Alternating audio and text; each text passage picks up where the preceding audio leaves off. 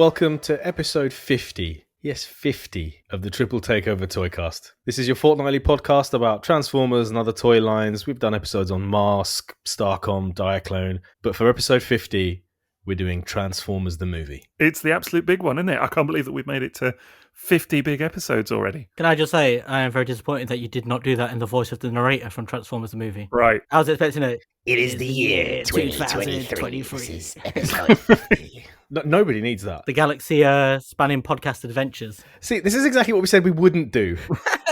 Okay, you might have heard them already, but I am joined by toy writer, photographer, Toybox Soapbox, also known as Liam. What ho? And I'm joined by toy photographer, writer, and YouTuber, Sixo. I thought you were going to call me something much worse, I've got to tell you. There's plenty of time for that. Right, indeed. The evening is young. I was going to call you a bozo. Yeah. I'm not a big bozo. I'm king. Get on with the ceremony. Okay, so here we are, episode 50. This is a topic that we've... I'll tell you what, this is a topic that I have been putting off. Not because I needed to watch the movie to find out what happens again, but it's very hard to find a Transformers fan for whom this doesn't mean a great deal. Yeah. So there's no point showing up to a recording like this and kind of half-assing it. I felt like I needed to be ready, so I watched the movie again the other day for like the millionth time, and it still gives me feels, gives me all the vibes, spine-tingling moments. I don't know how many times I've seen this film, but I don't think any other movie does this to me after this many watches. Yeah, I think it's the same for me. I've got to tell you, the thing with this film is that people can say online, oh, it's not such a great movie, or it's really not, like there's a healthy dose of nostalgia that you need in order to feel a certain way about it or whatever. And that's fine. I can kind of even agree with a lot of the critiques and points that are made or whatever. I don't really care because I just love it so much from start to finish. Hey. We're not agreeing with those people. Not around these parts. This movie is sacrosanct. Right. All I'm saying is I can objectively see some of the critiques, even though I do actually think it's a good film. It's brilliant. I'm on the other side of that fence. I don't like these critiques of it. I think people look too deep. I think they have to find a reason to, almost like justify why they like it. Like, oh, I know it's terrible, but like it's a guilty pleasure. Oh yeah, it's I don't do that. It's bloody fun. I enjoy it. It looks great. It moves great. Yeah. The music's great. It's a fun film, and if it's a fun film, you like it. And there's your film review. Yeah. That is the most film reviewy we're going to be in this episode. I mean, we've got a running order of topics, but what we've decided to do is we've decided to treat the movie as we do our normal episode topics and just talk about the things we like, cover like some main bases we've highlighted, but also we'd love to dig into some of the more detailed aspects of the movie, things like trivia, the soundtrack, and other such topics in our Patreon content. So we're going to do mini-sodes on some of the more specific movie topics. And if you want to get access to our episodes early, if you want to hear some of the many, many extra hours of content that we provide, whether it's a mini-sode that you've commissioned or someone else has commissioned, or it's a mini-series on an ongoing topic, or you want to vote in polls and sort of kind of decide what we do episodes on, and you want to join our Discord server, then you need to check us out on Patreon for more details on all of that stuff, extra content. Patreon.com/Triple Takeover. And we also have a sponsor for the evening, that is TFSauce.com. Do check them out for all your Transformers and third-party needs. We'll do a bit of a longer segment on them in the middle of the pod, but surrounded by lots of other good Transformers the movie stuff yet to come. I feel like we should also add the word Diaclone. I mean, that's where I shop for my Diaclone, and we have so much of it, and I know loads of people go there for Diaclone, so you need to revise your catchphrase, man. All right. Are you into Diaclone? You never mentioned it. What? I dabble. Dabble clone. Brand new information there. There's Diaclone in this movie. Dabble battles. That's what you do. Okay, sure. Liam's off on one. Double battles. Yeah. Dabble battles V2. Is that his funny pills? Don't you have something to contribute now? I do, because, if you want more Triple Takeover... have a file of facts. Don't do that. Have some cutlery. We don't do that either. Well, that's your fault for a lack of creativity and planning, isn't it? And you know what? We don't have any Starcom products either. What am I even doing this advert for then? If you want a tea cozy, have we at least got a tea cozy? No, we don't do tea cozies. We do coasters. You can design one, Liam. Okay. So we have coasters, shower curtains, leggings. Do we still have the leggings? We do. We have leggings. Okay, something is still real in this world. Okay, I'm in there. But you can find all of this along with many other products featuring Sixo's fantastic artwork that we have shouted out on Twitter and stuff, because it doesn't quite get the love it deserves, I believe. but you can have products with that on at rebel.com/people/triple-takeover/explore.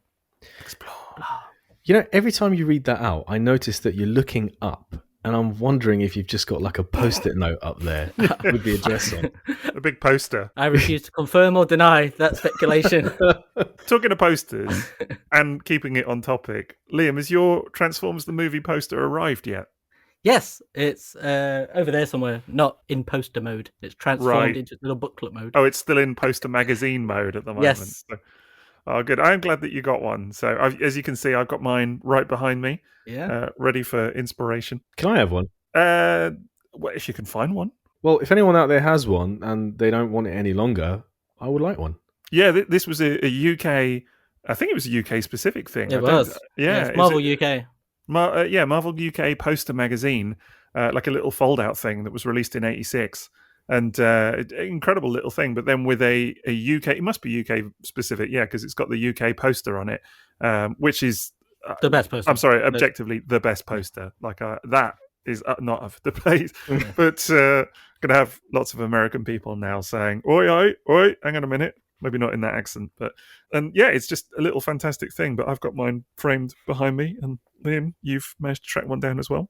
Yeah, I must have tweeted about it or spoken about it regularly for the last 30 something years, because it was one of the most important parts of media for this film that I owned as a kid. Like, I pored over it constantly, and I remember it. It's like seared into my brain. So getting it recently was just such an amazing thing. Just looking at it, even though it just mostly screen captures the film.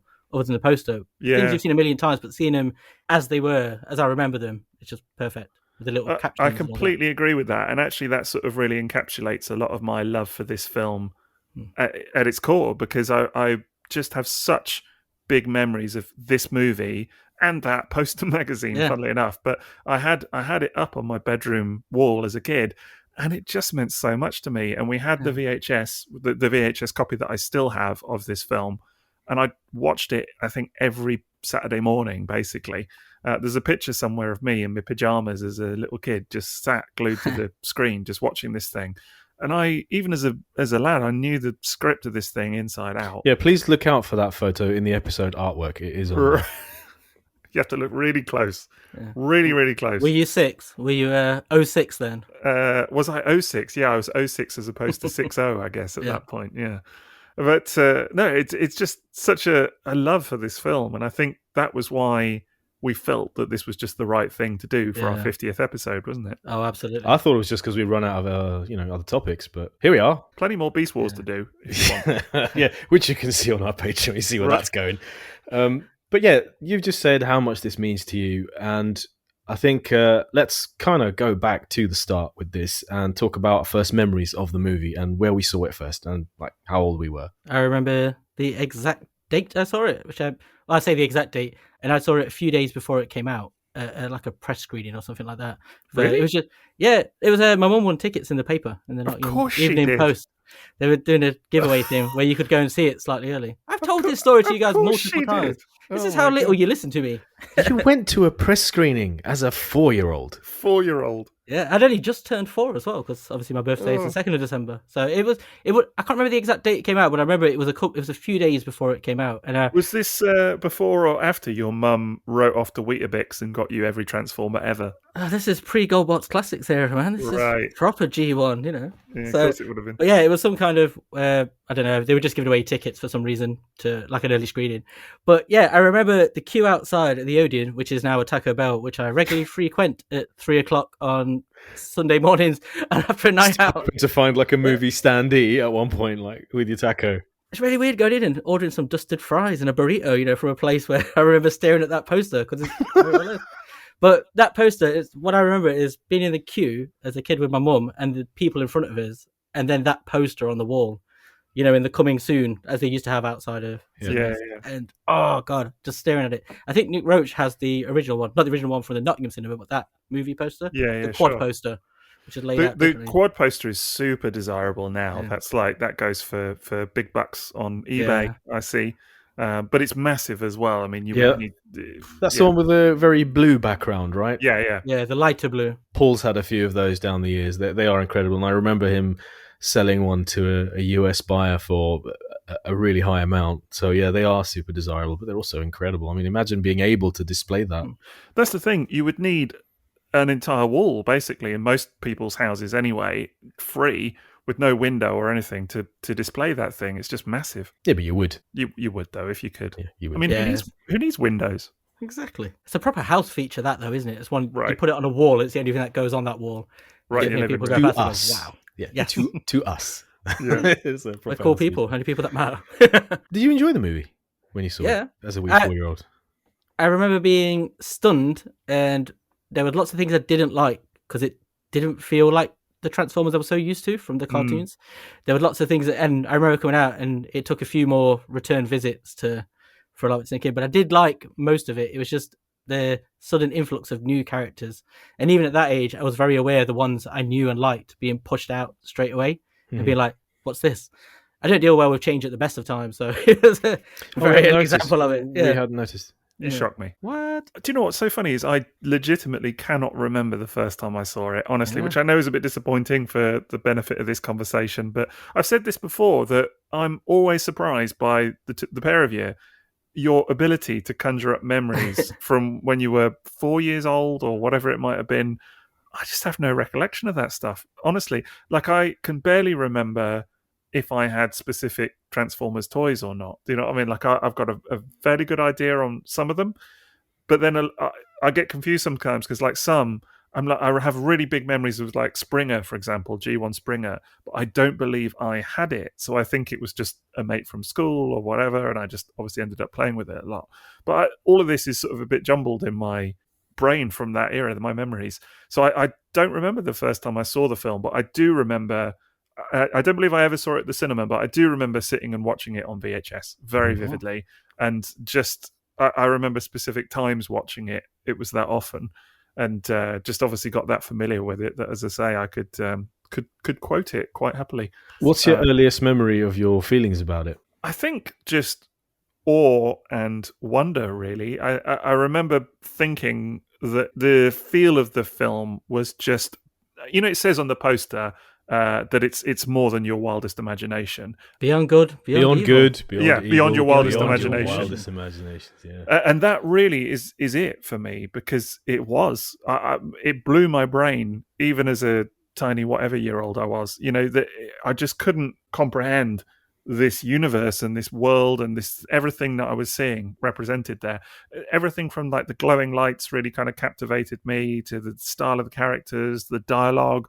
You know, there are films that you see when you're in your kind of, I don't know, you're in your teens or whatever, and then you see them again in later years, and you're like, it wasn't as good as I remembered it was. You know, and at the time you think it's this, like, epic movie, and when you go back and revisit it, I don't know, it just looks a bit wonky, or it's not quite as densely packed as maybe you thought it was. Yeah, of course, yeah. This has none of that for me. Like, it's not lost none of that childhood wonder at all.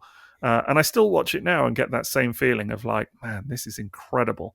So I just love it. My first memory of this movie was seeing it in the cinema with my class at school. So we went with school to watch it. I remember sitting in what must have been a rather empty cinema, and I remember crying when Optimus Prime died. I remember that. Oh, wow. But obviously I must have really enjoyed it, because at the first opportunity, I got the VHS. So, you know, the Video Gems, which is hugely connected to this movie for me. Yeah. It's the Video Gems logo. And like you, I remember loads of occasions at home sitting and watching this movie. Like, I remember one occasion was with my cousin, and I remember we both had bowls of Maltesers and were watching this movie. I remember I was getting irritated because she was laughing every time I was laughing, so I started to pretend laugh, and she would laugh too. And I knew she wasn't understanding what was going on, but that's beside the point.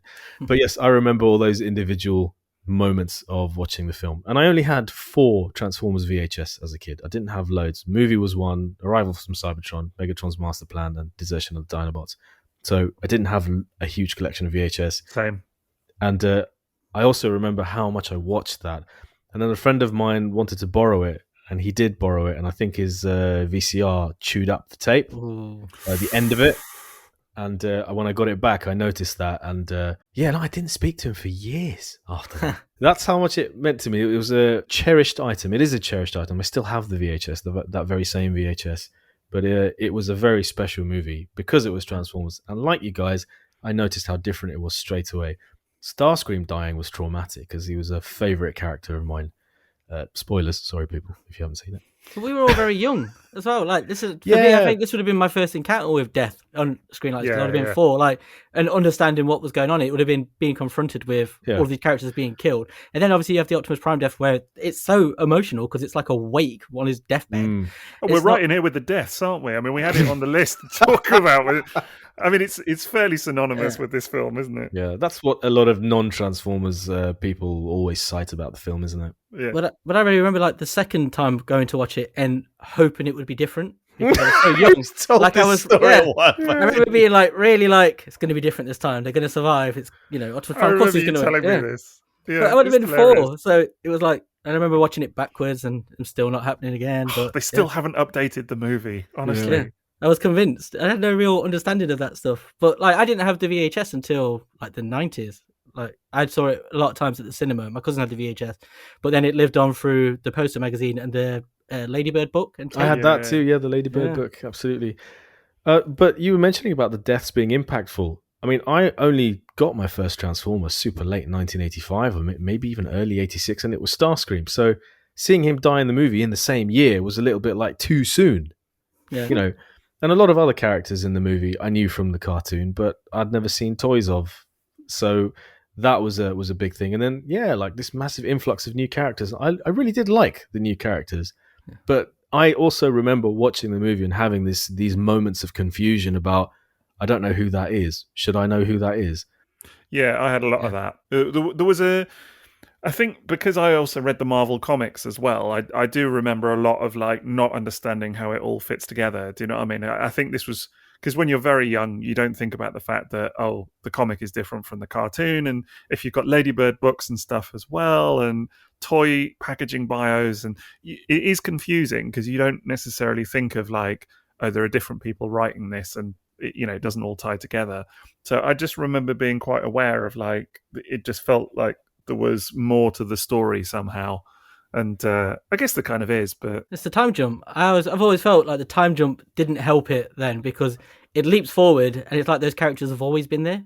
But like in the cartoon, when I was used to watching on like the children and stuff, you'd have like Red Alert or Trax or someone to turn up out of the blue with no explanation, but they get an episode sort of just on their own with other sort of older characters and stuff. Whereas with this, it's just like, here's all the new guys. They're way more important. This is their episode, though. This is their episode. Yeah, the others didn't die in the cartoon, did they? You know what I mean? You could be convinced watching this for the first time that you'd miss something, like an episode where Ultra Magnus is first introduced, for example, or something like that. You could honestly think that. And it is a weird one, and I think it caused a lot of confusion for a lot of people and everything. I'm still amazed that actually that period between 1985 or whatever it is and 2005 has never really been widely explored in Transformers fiction. I've always joked about the idea of like, just imagine like a season 2.5, that they went back and kind of explored that 20-year gap and everything that kind of took them from A to B. I think it'd be wonderful. I've always said I don't understand why they haven't done a comic. Where is the comic, man? Like, it's perfect. It really would be. You got 20 years of continuity that you could explore right there. But did you not get that same feeling of being wowed by how much bigger their universe had become as when you read More Than Meets the Eye? Did you not have any sort of wonder about it? Like, oh wow, look at their new city. Look how big Spike's gotten, and look at all these new characters. Look how nonchalantly virtually everyone is in this episode. Of course, it's not an episode, but that was, I think, I remember that from the very beginning and being really taken by that. By this new world. It's almost like all your friends had grown up. Yeah. Some of them were still around, some of them didn't make it. It was more emotional than any episode was ever going to be, and that stuck with me in a positive way. I mean, it's worth putting, before we kind of get into the kind of movie itself, it's worth putting it into context of like, this was a really odd thing for them to do at the time. It's quite unprecedented for them to have this big screen film that was tied into a cartoon and tied into a toy line.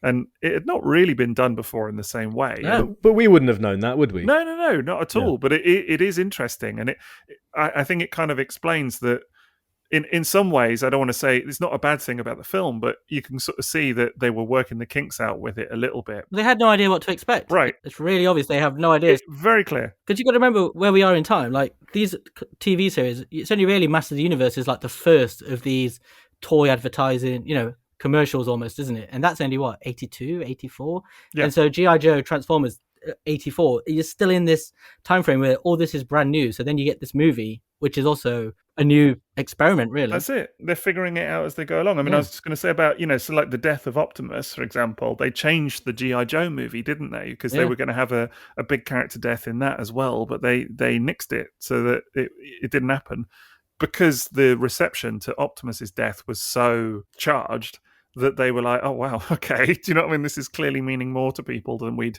sort of appreciated. And I just think that's fascinating because, and I do think that stuff like the 20-year time jump, the whole kind of setting of it, the scale, I just think they didn't consider that this was going to be such a, not like jarring, but just such a consideration for people.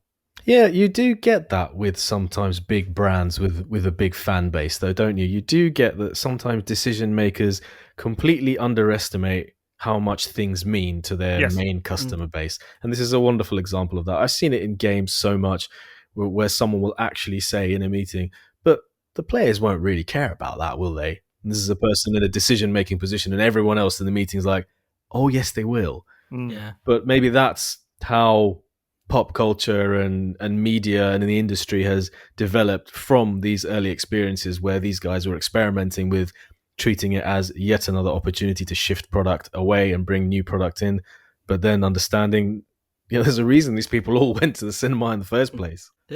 Yeah. Well, it actually, it wasn't a big smash. I've got some financials for you if you're interested or kind of want to hear just some brief bits. I mean, so it was reported initially in about 87 that it had made $2.6 million in the United States off a $5 million budget. So it's not good, let's be fair. And it was widely reported at the time to have been a bomb, and it was considered as such. It's since been reported, and more recently, that actually it made about 5.8 million domestic overall. So it did actually make, more than its budget. At least, I mean, I don't know if that includes marketing and all of that. But, sort of stuff on top would have exactly. It would have. It still would have if not been a major success, I'm sure. But it did have a 1.7 million opening weekend, and it was across 990 cinemas. So it was pretty big, actually, in terms of the scale of the release and everything. But it's not like it did big numbers. Adjusted for inflation now, it'd be about $14.5 million at the time. Although actually where it's really found its legs has been on DVD and Blu-ray since 2006. Yeah, that would be me buying every version of it that came out. I mean, digging through them all for this episode. Yeah. The VHS release was really successful though, wasn't it, as well? It was. It didn't linger in the charts here for like a year, quite high. Yeah, I think the VHS was big, and then again it was the DVD because it hadn't been out on VHS for so long. And I remember the DVD release because that was like mega. People were like, "Oh my god, I can own this film on DVD." Right. And the soundtrack too, incredible. in 1998. The release of that was a big deal as well. That was my pathway back into Still the have it. Yeah, same. CD. Yeah, I bought it from, I think it was HMV Central London. I think while we're talking about it being a bomb, though, it is important, I think, to say this isn't exclusive to Transformers or even the films of the time. Because if it's animated movies based on cartoon series don't tend to do well. I think the Pokemon movie is its own thing. That did well. But a lot of these things, because you also had, years later, you had Batman Mask of the Phantasm, which is one of the best Batman films ever written. And it's great. It was a huge, huge box office flop. Because I imagine most parents are looking at it going, it's already on at home. Why would I take my kids to watch this? There's a lot of that element. It's already at home. There's not the real urge to go and see it at the cinema. And I imagine that probably played a part in this as well. But it's just animated films in general. Like G.I. Joe didn't go to the cinema, did it? But the Care Bears movie, that was another one. That flopped. Yeah. There's a lot of these things. I may have seen that at the cinema too. What, Care Bears? Yeah, it's possible. The second one's still the scariest movie I've ever watched. It terrifies me. I'm still traumatized by it. I've not watched it since the 80s because I'm still scared. Scare Bears. Yeah. Anybody die in that one? I don't think anyone dies, but it gets complicated. Optimus Prime again, coincidentally. Right. Comes back. Just comes in, just from left field, just croaks it. But yeah, I do think the DVD was majorly influential. The soundtrack, as you said, Man, I can't even tell you. I mean, we're going to talk about the soundtrack separately, it's fair to say. So we won't go too far down that path with this discussion because we're going to do a Patreon mini-sode on it. But that soundtrack, I remember listening to it for the first time on CD or whatever and just being like, I can't believe I'm listening to the music from this film. It was surreal. The feels. Yeah, and it just shows you how ingrained in our consciousness the whole movie was, I think. The fact that it permeated in that way. I don't know. When I watched the movie after owning the soundtrack in the late 90s, it never hit the same way again because I was so much more familiar with all of the music. Yes. That particular scenes, and it was really obvious that a lot of those scenes, their impact was hugely aided by the soundtrack. So the soundtrack's immense. Yeah. Everything I felt was not just what was on screen, it was also what I was hearing as well, and just the overall way it was making me feel. So that when I got massively familiar with the soundtrack, it changed the way I felt about the movie. I didn't experience it in the same way. Not saying it was worse or better, but it's just different. And it's only this weekend that I watched it again, having not sat down to watch the movie for ages, and it must have been like pre-lockdown, pre-pandemic that I last watched it. It had the same impact it did like way back. I was amazed at how much I felt this time I watched the movie just the other day. It does still get a big reaction on rewatches. I mean, not just me. I'm talking about other people that I know as well. I have big memories actually of being, I guess, 14, I would imagine, or maybe 15, and someone brought it in on VHS at school. And then at lunchtime, I remember there was like some TV hanging around or whatever, and they whacked it on. And it started with like 5, 6, 7 people sat around watching it, kids. And by the end of it, I mean, you had the whole classroom was just full and everybody was just glued to it. I mean, I wouldn't be surprised to say if there was like 50, 60 kids in there watching this thing, just all crowded around like this one TV that was like on a stand or whatever. And I remember there were even people in the hallway, like looking in. Do you know what I mean? Like, amazing. Oh my God, it just kind of showed you that even at that early stage, that the nostalgia for this movie was actually real. And yes, it may have been a commercial bomb or whatever at the cinema, but people still loved it. And it was, you had people like in that classroom, literally when punches were being thrown or whatever, like in the Prime and Megatron fight, whooping and hollering and things like that. And it was right there for everybody. When would that have been? Something like 1996? I guess so. Yeah. I'm just like, that I think is probably a point where up until then, people of our generation will have not spoken or thought about Transformers, the movie, for quite some time. And it was almost like being in a society surrounded by people who had this similar experience to you, but nobody was talking about it. And I was pretty sure that no one else was into Transformers. I wasn't even buying them in 1996, but that was my first year of sixth form. And I remember I was kind of like trying to start a band with a friend of mine, and I just said to him one day out loud, I think I just said, "Bar weep, grana weep, ninny bong." Just it was in my head, and he said, "Don't you say bar weep, grana weep, ninny bong to me. I was the one who's going to say that. I love Transformers." And it's just this moment of, oh my goodness, you know what that means. It's the universal greeting. Yeah, it's part of your childhood. That moment has stayed with me because it's almost like he felt ownership of it and was like, "No, you can't say that. Don't say that. That's my thing." And I was like, and that would have been exactly when people would have started to realize it's cool to still like this. Yeah, I know exactly what you mean. I have had this conversation with multiple people I've met over the years that they don't know when you meet them or whatever that that you're into Transformers and actually happen to collect them and whatever, and like you get chatting and suddenly maybe you're talking about films. Films is quite a thing that I talk about quite a lot anyway. I have found that whenever this movie inevitably comes up in conversation with people, God, Liam, he's a film wanker. No, film wanker. Film 2023 with Sixo Norman over there. If I was a film wanker, do you think I'd be sat here discussing Transformers the movie? Yes. Honestly? Oh, here he goes again. Look at him looking down his nose. That's exactly what a film wanker would say. No, right. But yeah, I've had it several times where people that I've met or spoken to, it's quite clear that they have that, as you said, that sense of ownership of this film. And actually, from their perspective, there's no way that you could either love it or know as much about it as they do, or quote it as much as they do, or whatever. That. And I'm always like, they're going, no, I actually know it really well, and they're like, yeah, sure. And it's I've had it so many times, honestly. It's funny. He's Willem Dafoe in that quote, isn't he? Yeah. I'm something of a Transformers the movie fan myself.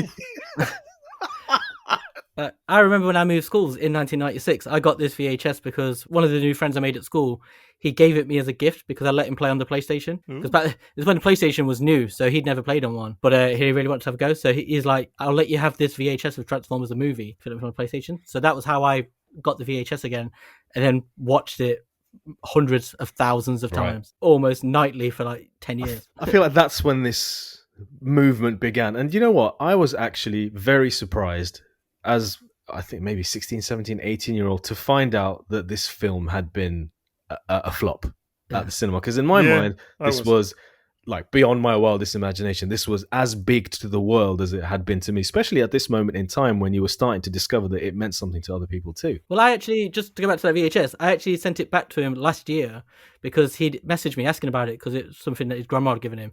But that he's not like a big Transformers fan, but even this movie to him was something really special.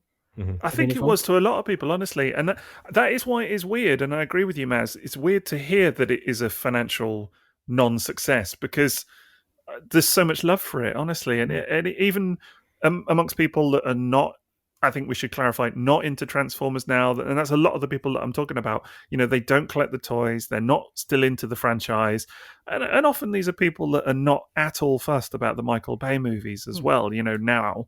Like they would look at it and be like, oh no, I'm not into all of that, but I love that original film. And I think there's a lot of that kind of sentiment as well. The emotional touchstone for so many people. And it would have been watched on video and stuff, but it's everything that happens in this is what makes it so special. Like the death of Optimus Prime is something that takes something that and transcends what it was, if that makes sense. So I don't think Transformers would have lasted or been as popular as it is now if this hadn't happened. Yeah, you've said that before, and I 100% agree with you, because I think that actually that death scene, and in a way, the way that it happens, you know, the fact that it's so somber and the fact that they linger on that moment as well for an extended period, and they really make it very definitive of like, oh, he's dead, and you see his body and all of that. It was just like, in a way, it goes far beyond stuff that came after it, like The Lion King and things like that, which was fairly brutal, but actually quite subtle compared to this. Yeah, and it followed Optimus's most heroic moment ever. Yeah, with the music really as well. Yeah. Again, the music that carries so much emotional weight of that scene. A lot of people will tell you about the soundtrack or the score, more specifically, you know, the Vince DiCola score, that they cannot hear that Death of Optimus Prime score. That's actually on the soundtrack as well. Yeah. The death is incredible. Actually, it's track 3 on the soundtrack, I think. Yeah, I've got the extended soundtrack these days, which has got. They did. There was a re-release. I forget exactly how it came about, but they did. It was the 2-disc one, that has all of the score on it, and it's just mind-blowing, some of it. I'd really like to have that. I really would love to have it. It's incredible. It's well worth picking up if you can find it. It's from a good few years back now, but it was an incredible project. It's just one of those fundamental Transformers fan things that I don't have. I mean, it's the same thing. Like I never even considered getting the HasLab Unicron, but like watching this movie again this weekend, I thought to myself, I wonder if this would have turned out differently had I watched this movie just a little bit before they'd announced it again. Probably. Because I look at it and think, how can I never own that now? I know I won't, but it's just like, it's a miss.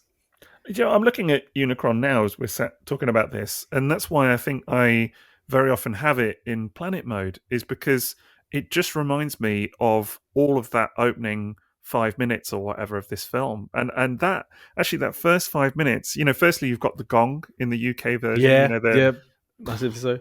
Bong, you know, the dude is he in pants with swinging his steady. We're going with this.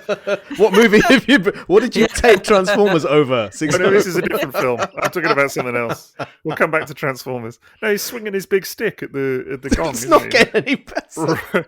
Sixo's got the late night Channel 5 movie recorded over there, haven't you? Yeah, very much so.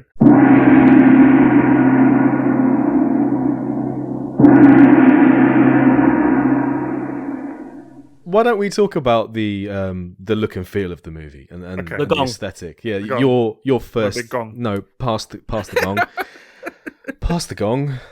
I don't think I can get past it. So that music that starts this movie, Unicron's theme, it's unforgettable, isn't it? It's just amazing. There's something about the way the movie starts, and it's the tones of the start of that track, where it's before the do-do-dum dum do-do-dum, and it's before that kicks in. It's the sort of synthy tone that starts it, and you've got these kind of blurry colours of this sort of galaxy off in the distance or whatever, and you don't know what's going on, and then wham, it's like Unicron's there, and it sets it up in this way of, like, there's no real exposition or anything at this point. You know, in the UK version, you've got the narration and all of that, which I think is frankly essential for this film. Like, I can't imagine it without. Yeah. But that hasn't even started yet. And that whole opening scene just sets the tone for this film because it's such a bold way. No recognizable characters. Right. No recognizable setting or scene or anything. Yeah. Or feel. Not even a recognizable feel. Not even a recognizable feel. It's completely alien in every single way to anything gorgeous. You know about Transformers, but amazing and gorgeous, but also jaw-dropping. And I do think even today, that scene and the scenes of Unicron destroying that planet, Lithone. Robot children! Did that not just stay with you forever? The detail, the animation in that scene is everything's lit up. It's beautiful. There's something going on. Even when you see windows, you can see stuff happening in the background. It's like they have that shopping mall and stuff, and you're like, it's kind of crazy, but it's cool because there's so much going on. And it's insane. Like, if you look at the era that is, 86. So you look at even anime at this time, like, it's always held up like, it's just very much like Japanese anime at the time. But it's not really, because we hadn't started getting this kind of anime up until around this time. Because I think this is the same year as Robotech, the movie, which is Macross was before it, but it doesn't look as good as this. What, Do You Remember Love? Yes, that's is that 84 or 85? It might be. It's one of those two. I think it's 85 because it featured the toys which came out in 85, like the Strike Valkyrie, I think, and anyone who's into robots should watch that movie. It's pretty fantastic. It is, but the animation, this is like, you can tell it's evolved, it's moved on, and I imagine all of the animators at this time were probably all working on similar projects, knew each other, because you're still 2 years out from stuff like Akira, which is held up as like the definitive 80s anime, and so this is before that, and the animation, I can't fathom why you get people to go, it's not great, and they look at the animation like, it's incredible. I can never understand that. I do not know where that criticism comes from, because this is, it's basically beautiful. Yeah, it takes your imagination and sticks it in a furnace, is what that animation does. I think that what's always unfortunate is that people really focus on the mistakes in the animation errors. And yes, there are some obvious ones, and there are some throughout the film. Like every film. Yeah, like every film. And it doesn't really matter. There are one or two that are really hard to ignore, like the colour of Rumble and Frenzy and stuff like that. That's so in your face that it's like, yeah, okay. But, man, the quality of the animation is just breathtaking, and again, as you said, it's never shown off better than that initial scene. And all of the surrounding buildings or the planets or the cities, like you said, the detail where you can just hit pause. I mean, come on, was it just 2 years ago when it was either you, Sixo, or Graham, who just hit pause on the Cybertron destruction scene, and we just sat there and all looked at all of these Decepticons who were leaving. We were scrambling. Yeah, it was you. So, and we just had so much fun with that, didn't we? Like, who's that guy? What's that? Look at that guy. I was amazed, honestly. It's the bit just where Shockwave says, "Scramble! We're under attack." And you see, has he got Scottish? Exactly. Yeah. He was a vampire. Hey, scramble, lad, scramble. He said scramble, and then he said, "There's been a murder. There's been a Rabsy Shockwave." Right. There's been a murder. Scramble. Rabsy Shockwave. Thundercracker is Cracker the detective, eh? Right. Thingy Coltrane. Thundercracker. Oh my god, there's something in that. There's some gold in there, I tell you. But yeah, that scene, if you pause it, you're right. And there were designs of robots I'd just never seen, because it's a split-second thing. You blink and you miss it. But it's when you slow this film down and you actually see the little in-between moments, there's a lot going on there. And it's all designed to trick your eye, because it's so fast-paced and everything. And your eye kind of fills in the blanks in many ways. But incredible stuff going on in the background of this film. And the lighting as well on those scenes. It's so underrated until you realise what it's doing, like the shadowing and the different colours used and everything. It's spectacular. It's utterly spectacular. I was watching a featurette of the film, and they were talking about restoring it. And they were like, they were astonished to find that there were things that the animation was done in a way that it was almost future-proofed, because it was stuff you wouldn't have seen on film at the time. But it's actually stuff you would see now that would only show up now, like with the shadowing and the way they done the colours and stuff. That's interesting. Yeah. I just think the level of detail on stuff like so Lithone, the planet at the start, when you're seeing it from the distance, and you're kind of in the atmosphere or whatever, just the level of detail on the surface, and it's the same with Cybertron as well. This was just unprecedented for us at this point, kind of coming off 2 seasons of the cartoon and whatever. Not that we'd seen it all, but hey. And as you say, I have very vivid memories of the light sources in this. So like the sort of light in Unicron's maw, or like even on some of the Lithonians, like the little kind of teal bits that they've got on their shoulders and things like that. And just as everything's flying through Unicron's mouth, all the little electricity bits and stuff like that. It's got just the sound as well. Yeah. The glasses tinkling on the tray that they're taking to the lab. The way the music goes with the glasses tinkling as well, like it's all quite jovial and happy, then it starts to change, but really fast. But like I was thinking about, like Star Wars, where you get the Death Star turns up and it blows up a planet, and you're like, it's horrifying, but because you don't really see much, it's not the same. Whereas this, you're actually experiencing it from ground level. You're there watching them being sucked up. And as a kid, and you need to remind people that that's who this movie was targeted at. Not us. It was us as kids, not us now, not adults in the same way movies are. Then it was very little kids. And seeing something like that graphically, seeing living beings screaming, lots of agony and screaming. Like you're saying about the child, that was like really like, whoa. Yeah, it's really something, honestly. So it's up there really. If it wasn't animated, with stuff like the start of Terminator 2, with like all the kind of post-apocalyptic, destruction and things like that. It's a really quick way to establish the gravity of the threat, isn't it? And how, without having to do any real character building, it's a thing that eats planets. Yep, I mean. Wasn't it mad, though, that they recognised it? That someone named Unicron at the beginning? I remember even from very early on thinking, was he visited before? Like, is he from the ancient stories or so notorious? Just his name precedes him. I think that's it, isn't it? It's sort of that line. I think establishes as well that he is a terrifying threat. That he's a force. That there's more to it. World building right there. He doesn't just come out of nowhere. It's a galactic wide threat, and I think that them not knowing about it, it's like obviously. You look at the Transformers, they have no idea what's going on, but then they're all scattered across the universe, aren't they? Engaged in a war, oblivious. Whereas other races, I suppose, would have outposts around the universe. They'd be exploring. They'd be aware of something and probably knowing there's nothing they can do, but probably not aware it's going to come for them. Like a Krypton, isn't it? Like at the beginning of Superman, how all the scientists ignore all the warnings and they're like, it's fine. It won't happen to us. Except for that one guy. And it's probably a similar situation here. Like people have said, this is happening, that won't happen to us, we're fine. I think actually what always strikes me about this film is how little it offers you in terms of explanation for that kind of stuff, because it clearly feels that it doesn't need to. Unicron's origin is not at all part of this film. And in fact, his link to Transformers, if indeed there is one, is not part of this film. And, the quintessons are not explained. They're just there. And all of this kind of stuff. It's not until season 3 that those lines are dotted and whatever, and you get all the stuff with the quintessons and Primacron, and I'm actually the explanation in season 3 for where Unicron comes from, that he was built by this tiny little being, it's never felt satisfactory to me. I think it's way better it living in your imagination and being something you don't know about and you want to know but you don't. Especially where he starts off in the flares and fires of a sun, it's that perfect. He's of the universe. I agree completely. In a way, like because obviously this film actually does work in both continuities, whether it's comic or cartoon, so it can fit into both. There was a Marvel Comics adaptation of this, which is hilarious if you've never read it in many ways. But we can talk about that maybe as a mini-sode more than anything. But it is really worth a read. But by and large, this does sort of fit into comic continuity as well, although it's very complicated. I won't go on about it now. But actually, I think in some ways you're right. Unicron works best in, this is going to sound a little bit pretentious, but almost the same way that they talked about like the Joker in The Dark Knight. Like Nolan talked very much about it as like he doesn't need an origin. He's just sort of turns up, does his thing, and then he just like cuts through the movie almost.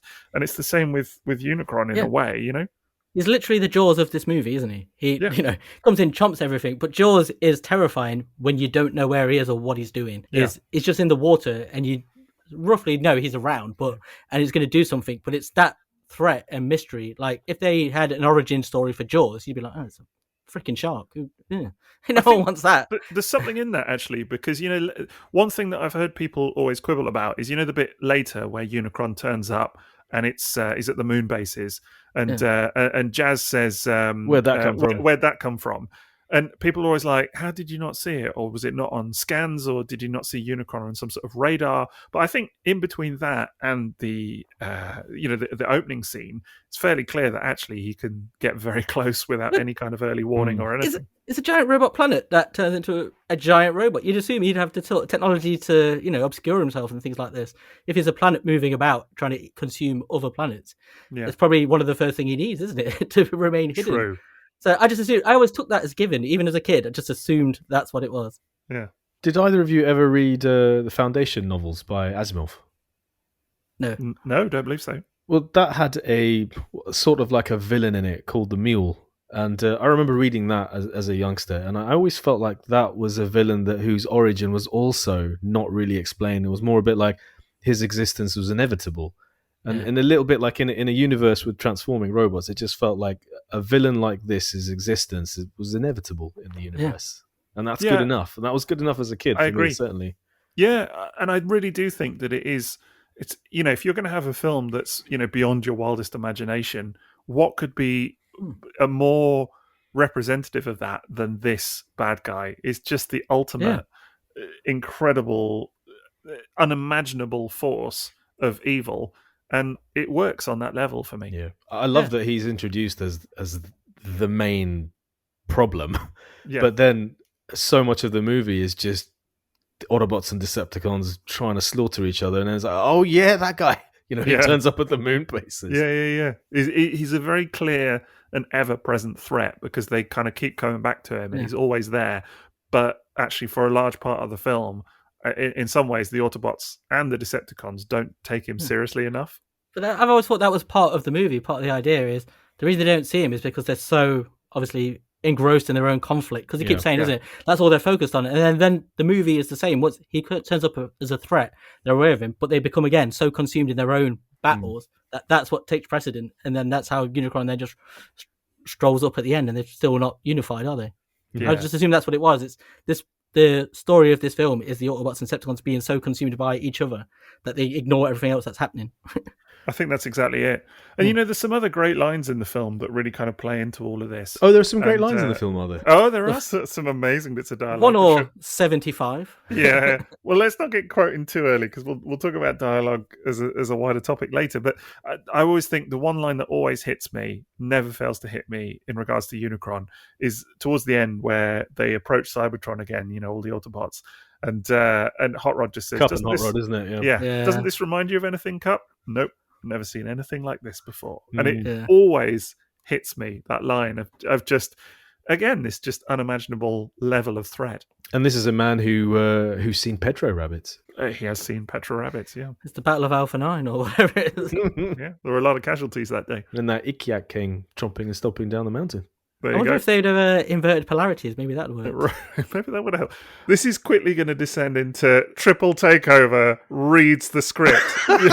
It's taken us 50 minutes, okay? Credit where it's due. We're just going to reenact the film now. We'll start assigning voice parts. That could be Patreon content right there. I mean, look, this is a film I quote in my daily life. Like, someone in my house who has not seen this movie says to me, are you going to do that? And I'd be like, not today, Galvatron. And it's just part of my everyday speaking. How often do we say to each other, get on with the ceremony? Yes! All the time. Not today, Galvatron is a big one for me as well. I also sometimes come out with, will do, Spike. No, oh, shit, what are we going to do now? Ever present. Now, all we need is a little energon and a lot of luck. More than you imagine, Optimus Prime. We've mentioned that this movie ushered in a whole group of new Transformers, and they weren't just Transformers that looked the same as the ones who you'd been watching for 2 years or the toys that you've bought. So let's talk a little bit about the design of the new characters. We've talked about Lithone a little bit and how different they looked, and obviously Unicron is a planet. But what about when we start getting introduced to people like Hot Rod and Cup? Now, Blur. Same. Absolutely the same, because they look so different. Really different. Much more Round. round, organic. I was going to say in their way, much more kind of human elements to the design. But all of this, wasn't it? It was the kind of floro-dairy-ness of it all. Yeah. Floro-dairy, just kind of putting in all of that, his incredible brain. And I mean, if people listening have never seen them, it's really worth looking up some of the early concept artwork. Scourge, especially. Yeah. The Unicron is mind blowing, and some of the early concepts and things. And I just think it serves this movie well. It's not very Transformers in its way, like what it was at the time, but it serves this movie well that they almost tore it all up and started afresh with this new vision. And it's weird, but it definitely builds the world considerably. Yeah, I mean, look how long it took to get representative toys of the characters. Such were the designs that they weren't very Transformers-y up to that point. Well, of course, the big thing here is that previously it had always been toys first, animation second, whereas this very much started with the designs for the movie, and then the toys were almost kind of being backfilled, weren't they, as they were going. And it's why you see, because as well, so many of these characters, Hot Rod is a great example of a character that went through at least 3 or 4 major revisions that we know about. I'm sure many more behind the scenes. And, of course, there are earlier versions of this script as well that have come to light since that have different descriptions of the characters or different versions of them as well. And so, clearly the toys were being worked on, but often from an earlier version of the designs. And that's why you see, Galvatron not looking like his final on-screen persona, things like that. And it's fascinating to me, all of that. Yeah, you're absolutely right about the different designs. For me, it was just really jarring because, like, you saw Galvatron and they're all so curvy. It's a really different aesthetic. And it was the change from recognizable vehicles to something different all in one sweep. I don't know how you guys felt. Like, for me, just seeing that first time. That was weird. I couldn't figure out what Cup was at all. Like, that was a difficult one for me to digest. And yet Hot Rod was immediately like, yep, on board with that. Cyclonus, yep, on board with that. And then facial hair on Transformers was... I mean, I know we had Alpha Trion in the series, but I'd never seen that episode as a kid. I just went straight from Desertion of the Dinobots and Megatron's Master Plan to this. So seeing Scourge and Wreck-Gar and that, and also all of these characters were introduced. I mean, talk about an astonishing voice acting cast. As soon as these people are introduced, the voice gets you. Yeah. Like, okay, Orson Welles aside, Lionel Stando, who does Cup's voice, when you first see Cup, that voice has gravel and it's got the gravel, yeah. It's like, whoa. And Magnus's voice, Robert Stack, I'd watched from Unsolved Mysteries. Yeah, same. So it's like, whoa, and was of an age to appreciate the voice. And obviously years later I figured out that who Judd Nelson is and why that was so significant as Hot Rod. And Leonard Nimoy, yeah. Who? Galvatron's Eric Idle. Never. Yeah, Eric Idle as well is just incredible. Yeah, Leonard Nimoy's voice in this. I know people love Frank Welker, obviously, and Frank, let's be clear, Frank Welker does an amazing Megatron, absolutely amazing. There is, though, something about Nimoy's voice as Galvatron, specifically in this movie, that just haunts me to this day. It's just like nothing I've ever heard, honestly. It's just so wonderful. Megatron's almost more of not a comical character, but he's more of a classic sort of cartoon villain, isn't he? Yeah. Whereas I think when Nimoy's Galvatron is almost a little bit more sinister, the way he talks, his voice just has that edge to it where he feels instantly more of a threat, whereas Megatron is just a very typical cartoony villain. It's a great voice, don't get me wrong, but it's so different to what he does there. It works for making them different. Now I can appreciate, and don't get me, this is going to sound bad and I feel bad saying it because I think Welker is incredible. Do you know what I mean? He's like one of the best voice actors out there. Like, you can't find better voice acting talent than Frank Welker. But it was always a hard adjustment going back to season 3 with the Galvatron voice for that than after Nimoy in the film. That jarred more. In many ways, I found season 3 more jarring than the leap from season 2 to the movie. I think the voice acting is a great way of conveying how Galvatron in the movie feels way more considered, and every action he's doing is very deliberate and planned out. Whereas Welker as Galvatron in season 3, isn't it? Yeah, it is. Yeah, it's like a very completely crazy Galvatron, isn't it? Yeah. Yes. Obviously, he'd lost the plot through being slapped in lava for however long he's been there. He's been dipped in that, but it comes out in the voice acting. The way it's done it really separates them. Whereas this one feels very much like a real smart villain. Well, that's what kind of makes the movie so special as well. It's like the very best versions of these characters. Yes. In this moment in time, almost like at their peak, and Hot Rod is the same, and Magnus is the same. They've been super developed beyond this point, but that snapshot it's almost like seeing an athlete in their peak years, or just seeing them at their very best. And those voice actors really brought that to them. Like the personality they brought to them, I think really helped sell the different designs as well, to me at least. I completely agree with everything you're saying. The level of credibility that some of these lines of dialogue are given in this film just elevates them. The dialogue is good anyway, I think, generally, actually. But I think it's great, man. Honestly, I think it really stands up, and it doesn't. I agree. It doesn't make me cringe or hurt in any way. I love the lines in this movie. I agree. There are no points where I cringe in this film, I don't think. I'm honestly trying to think of one. What about the Junkie on dance? Sometimes gets me close. It's a little bit. But it's backed by a tremendous song. Yes, that's true. Yeah. It's so good. It's so much I love fun. all the Junkie on stuff. I think the Junkie on stuff is weird enough and out there enough to work. I think just the dance. I mean, it's just the dance. Okay. That's all. I love the Junkie-ons. I thought they were brilliant. I remember really disliking them as a kid when I first watched the movie, because they were just in the way. It's like, no, you're getting in the way of the story now. Who are this lot? Cyclonus was here a second ago. You just wanted more Cyclonus. Magnus, Galvatron, these guys, they need to fix that shuttle. Can you lot just help, please? Yeah. So how confused was I to get Wreck-Gar as a toy that year? I can tell you, it was very confused. Right. Trust you to like the character that's only got one line of dialogue in the whole film. What, Cyclonus? Yeah. Does he even have a line? Well, it's confusing because I always think of line. That's him, isn't it? The gut me line. Yeah, you want me to gut Ultra Magnus? No, it's the sweep, man. Because the sweep pulls up and his head elevates out. It's the sweep. Up his head, but it is, but it's the sweep, Cyclonus. And really, it's meant to be Cyclonus. It's actually his voice actor as well. It's him Roger Carmel. Because it looks like it's obviously whichever sweep, because his head pops up and it's as if he's having a conversation, but it turns out it's not. It is Cyclonus because it's in the script. Cyclonus. It's scripted as well. It's in the script that it's Cyclonus. Yeah, that's interesting because also Galvatron is piloting Cyclonus and shooting. It makes no sense that they would then separate those two. It's like, oh, do you want me to just let go of my joystick, mate? Do you want me to do it? It's one of many confusing moments in this film that of like, along with all the who is Cyclonus really and all of that. Again, watching that this weekend, there is no doubt in my mind that it's Bombshell. None whatsoever. Bombshell. The camera then focuses on that dude who just turned from Bombshell into Cyclonus. The Armada thing is confusing. That's its whole, but it's clearly something that they animated. It's there. I never took it as the character. I don't get people who do. I always just assume when he said Armada, there was more of them. Yes, me too. And there would be more. Same. Yeah. In the same way, there are about 8,000 sweeps throughout the movie. You just never see them for whatever reason. That's exactly. So, but what I mean is, in real terms, it's clearly something that they animated, and Orson Welles did the voice for and whatever, and then they just changed their mind, I guess, and just didn't animate it in the rest of the film. So, hey ho. It's probably one of those things that was trimmed out. You just meant to infer he's there in the background somewhere with the troops.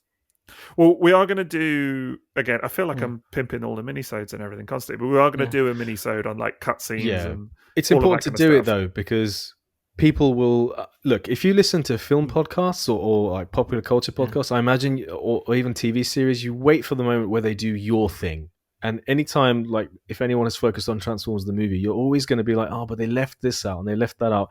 And I do hope that people don't listen to this thinking this is the definitive Transformers the movie podcast episode by Transformers people. But no, there's tons of stuff we're not going to be able to cover in the time of this episode. No, there's so much. It's a pub chat on Transformers the movie, as far as I'm concerned. But this is it, and I think for that reason, that's why we've planned out some topics that we just know we're not going to be able to do justice as part of this discussion. So we'll spin off into them at another time. So your bargaining posture is highly dubious, but very well. Just on the topic of voice actors, we can't not talk about the very, very well-known role of one Orson Welles in this movie. Incredible. Isn't it mad that after a career like that, the greatest role, he turns up playing a planet in Transformers the movie as his last role so soon before his passing? Really soon after. There was always the rumours, wasn't there, that he'd actually died before finishing. Yeah, and then Leonard Nimoy had finished his lines or something. Yeah. But it was Sue Blue confirmed that who was of course played RC was confirmed that wasn't the case, that he did actually do all of his own work and everything. So, but yeah, it's just mad actually when you think about who he was and what he'd done, and the fact that this was his final role. It is insane. He had so much weight to it. Like every line Unicron has, that little reverb they have on his voice as well, like it makes it really deep. It just sounds really slow and but menacing. But I find it brilliant that this movie is one of those movies that people go, oh, it's a terrible movie, but I like it. And you'd reply, normally in this sort of instance for any of these films, you go, oh God, it's not supposed to be Citizen Kane. And I find it hilarious that when you think about this movie, Orson Welles is actually in the film, and it's his final movie.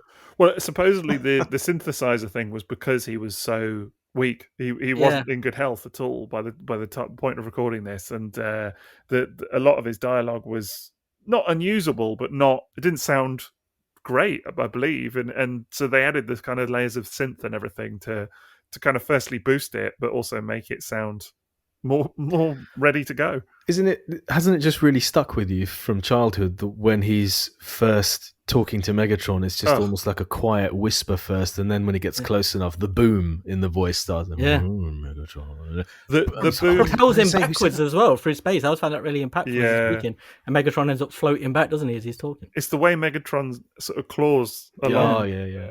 As he's trying to get his grip, and those light graphics with the sparks and stuff. Yeah. The boom in the voice. I've never heard anything like it in any other film. Yeah. No. Supported by the graphics of the way the stream of light comes out of that aperture, depending on how angry he is, or you can almost tell how fast the particles are moving, like when that's animated along with the voice. It all just works together beautifully. The sound and the visuals in this movie, the way they work together is just glorious. Yeah. 100% agree. Of course, Wells famously did not like this movie. I think it's fair to say he was not keen. Why would you in his position in 1986? Why would you rate it the way people do now? No, 100%. Well, it was never going to be his thing, was it? I mean, but there's that quote, isn't there, that he spent the day playing a planet where, about a series where all the robots do horrible things to each other or whatever. To sell toys. Yeah, exactly. So now, you mentioned Susan Blue, and we absolutely have to talk about RC. So again, as a child, I would never have seen a female Transformer because I hadn't seen War Dawn, I hadn't seen those episodes. I'd just seen 3 VHSs of Transformers, and then you have RC, a female Transformer in the movie, and it was just one more thing that the movie was doing to my understanding of this world that had never been done before. Transforming planet, all these cities in space, other races, and then RC as well. How did that land with you when you first saw it? Do you remember? Yeah, I quite liked RC from the off. The only thing I found weird about RC was that she was the only one. It just, I don't know. I think it makes her stand out more than she needs to. If you know what I mean, it's very instantly obvious that she's the only female Transformer there in a sea of male coded ones. But I thought I liked her. I think the only thing I wasn't really struck on was, again, the fact that she didn't look like an Earth. That was that kind of vibe. I was still struggling at that point, like, new characters, why they all look so different? And she looks very much like Princess Leia, and that was really obvious even then.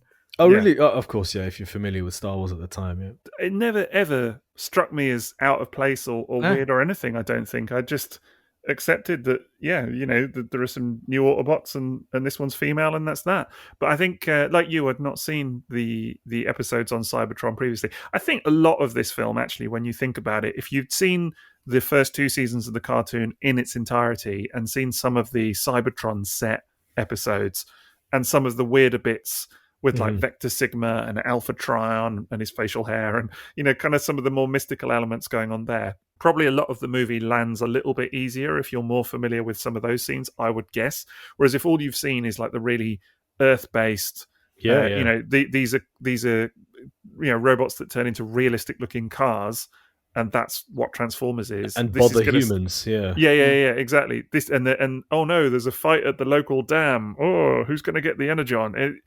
It's a big leap from that. Whereas if you've seen some of the more kind of sci-fi... Let's not diminish those struggles, okay? Sure. People got hurt. Absolutely, yeah. Often Spike, tripping over things or whatever, but... It's those yellow wellies. Right. Yeah. He punched Rumble and still had a hand. I know. Never made sense, that. I can still hear the clang. Yeah, but the lad also tussled with dinosaurs, it's just... But then suddenly, 20 years later, everyone's getting shot and killed, so who knows?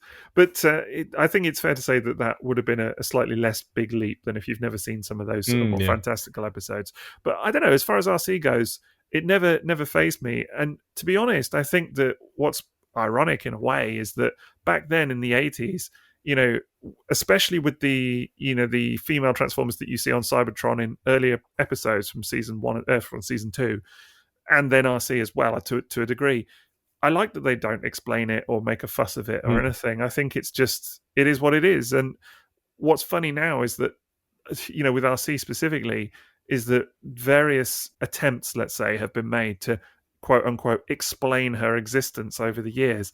I don't think any of it's necessary. No. Sod all of that. She just is there. She's a female Transformer. Just live with it. Yeah, just added to the wonder of the universe that they were presenting in the movie that was so much more elevated and escalated than the cartoons were. But that is the thing, isn't it? Everything has to be explained, like we were saying there. Like, people were talking about how did Unicron just show up, and it's like, because they didn't see that these characters might have somehow heard of Unicron or something like that. It's like, it's not explained in the film. It's like, it's a universe of stories, and this thing is happening at this moment. This character just happens to be there. She might have been there in all of the other stories. She must have could have been somewhere else. Yeah, exactly. Same with all of these guys.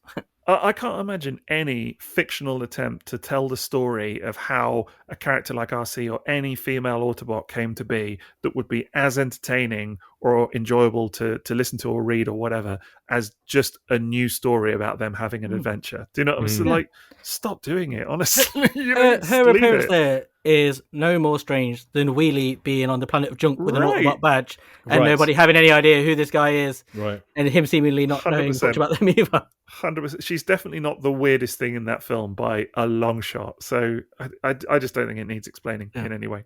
No. And the thing is, I guess you don't need to explain them for being new Transformers or new characters, because someone like Cup makes it really obvious that he's been around for centuries, millions and millions of years.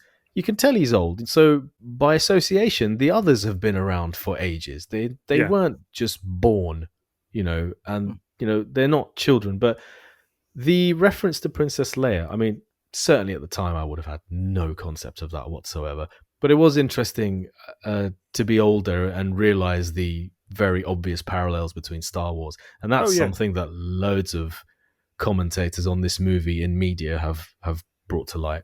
Even the sound effects. So many of the sound effects are reused from the Star Wars. The lightsaber and all of that is and you're right. And the sound of it even, it's got the same sound effect as the lightsaber, doesn't it?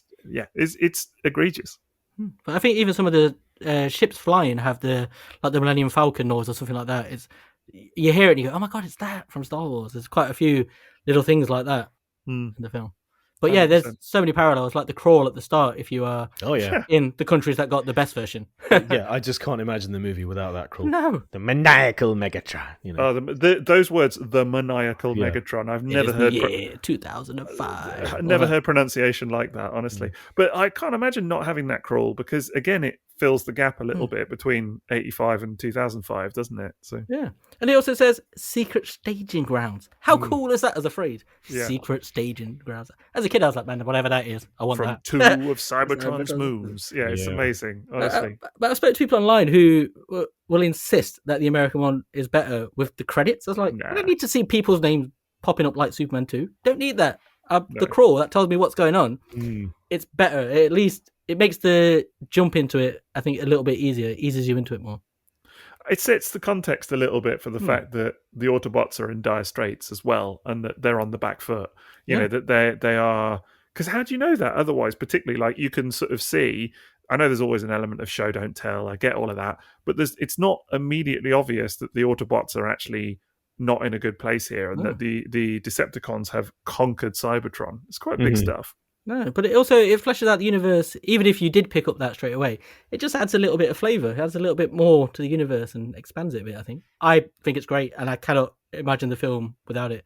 I did try watching one of the more recent versions, I bought because I buy every version that comes out, and it's always the American version. And I'm like, no, it's hard. Even though once you get past that bit, it should be the same film. I still feel like that's missing, and then I know the bit at the end isn't going to be there. So, hilariously, we're 1 hour and 12 minutes in, and we're basically discussing the start of the movie. Oh, yeah.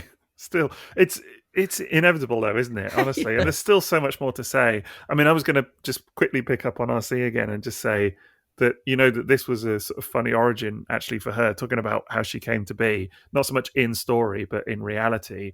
Because, that evidently Hasbro had said they did not want a female Transformer. It was like a big no-no. It's very of the time, isn't it? Yeah, 100%, because it's a quote-unquote boys' toy line. No girls could enjoy this because, of course, girls like different toys. And we all know that, don't we? It's obvious science that boys and girls can't like the same things. And if there's a girl in it, it had to be pink. Right. Well, this was the thing. So, evidently the writer, Ron Friedman, I think you have to be careful what you sort of say about this, because he has sort of pushed a lot for inclusion of like, he pushed for the inclusion of RC. He was very adamant that he wanted this female character in the script, and that it should be important and whatever else.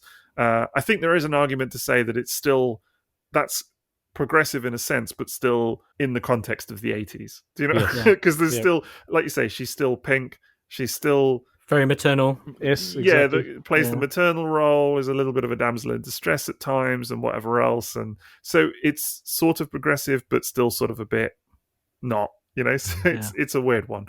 But yeah, and that's why no Toybox was made at the time as well, apparently, was just because Hasbro were like, nope. That's crazy. It's mind-boggling, because she's such a major character in the film as well. Yeah. From start to finish, pretty much. But it's just another way that it shows you that the powers that be, I think, just underestimated what this film was going to mean to people, ultimately. Yeah, she has like some of the coolest moments, like when she pops the little visor down by pressing the button, got the little guns. She's, amazing character. Like, one of my favourite parts of the film is when she's late for the shuttle, and the way that music's picking up as she jumps in, as they like pull her up. Mm-hmm. And then Springer just has that line where he goes, "Believe it or not, this is the fun part." And like, the music's just like crazy. Like, this is the best film I've ever seen.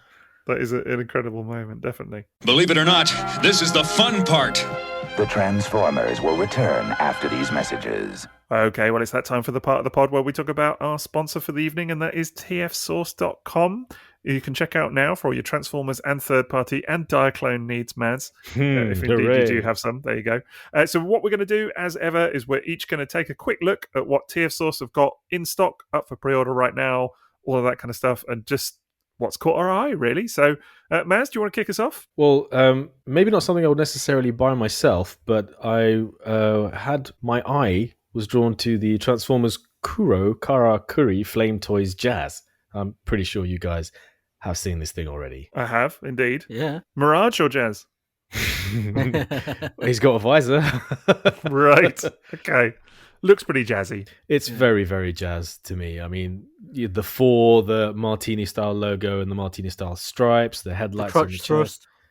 Yeah, I mean, just the overall shape. Yeah, it's pretty jazz to me. I mean, it doesn't have to be a Porsche 935 Turbo to be jazz. It's got loads of other signature elements of jazz. It's got a very specific aesthetic as well. Really, really thin waist, and like you said, the big crotch thrust and that really strong heroic pose and proportions, but still jazz. I think it looks great. Yeah, I really like it. Yeah, I'm really jazzed for it. I like the style of it. I would just wish, we got more jazzes like this. It's very, it's just very stylized, isn't it? I like that he's got a missile launcher. It looks cool with it as well. I really like some of the little highlights on it, like the red on the head and things like that. Just like little coloured highlights, and on the sort of hip flaps and that.